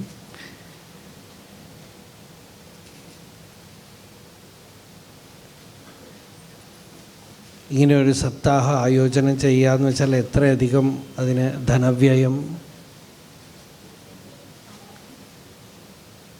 പ്രയത്നം ഒക്കെ വേണ്ടിവരും.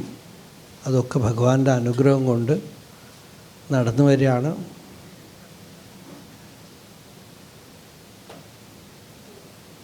പുറത്തുനിന്ന് പല സ്ഥലങ്ങളിൽ നിന്നും വന്ന ഭക്തന്മാരുണ്ട്.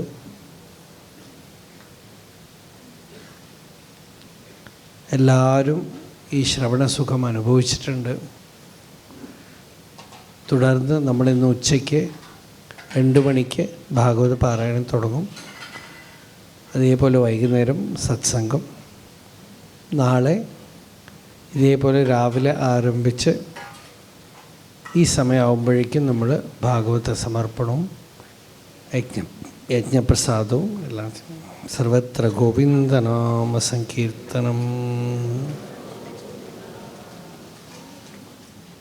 ശിവ അരുണാചല ശിവ അരുണാചല ശിവ അരുണാചല.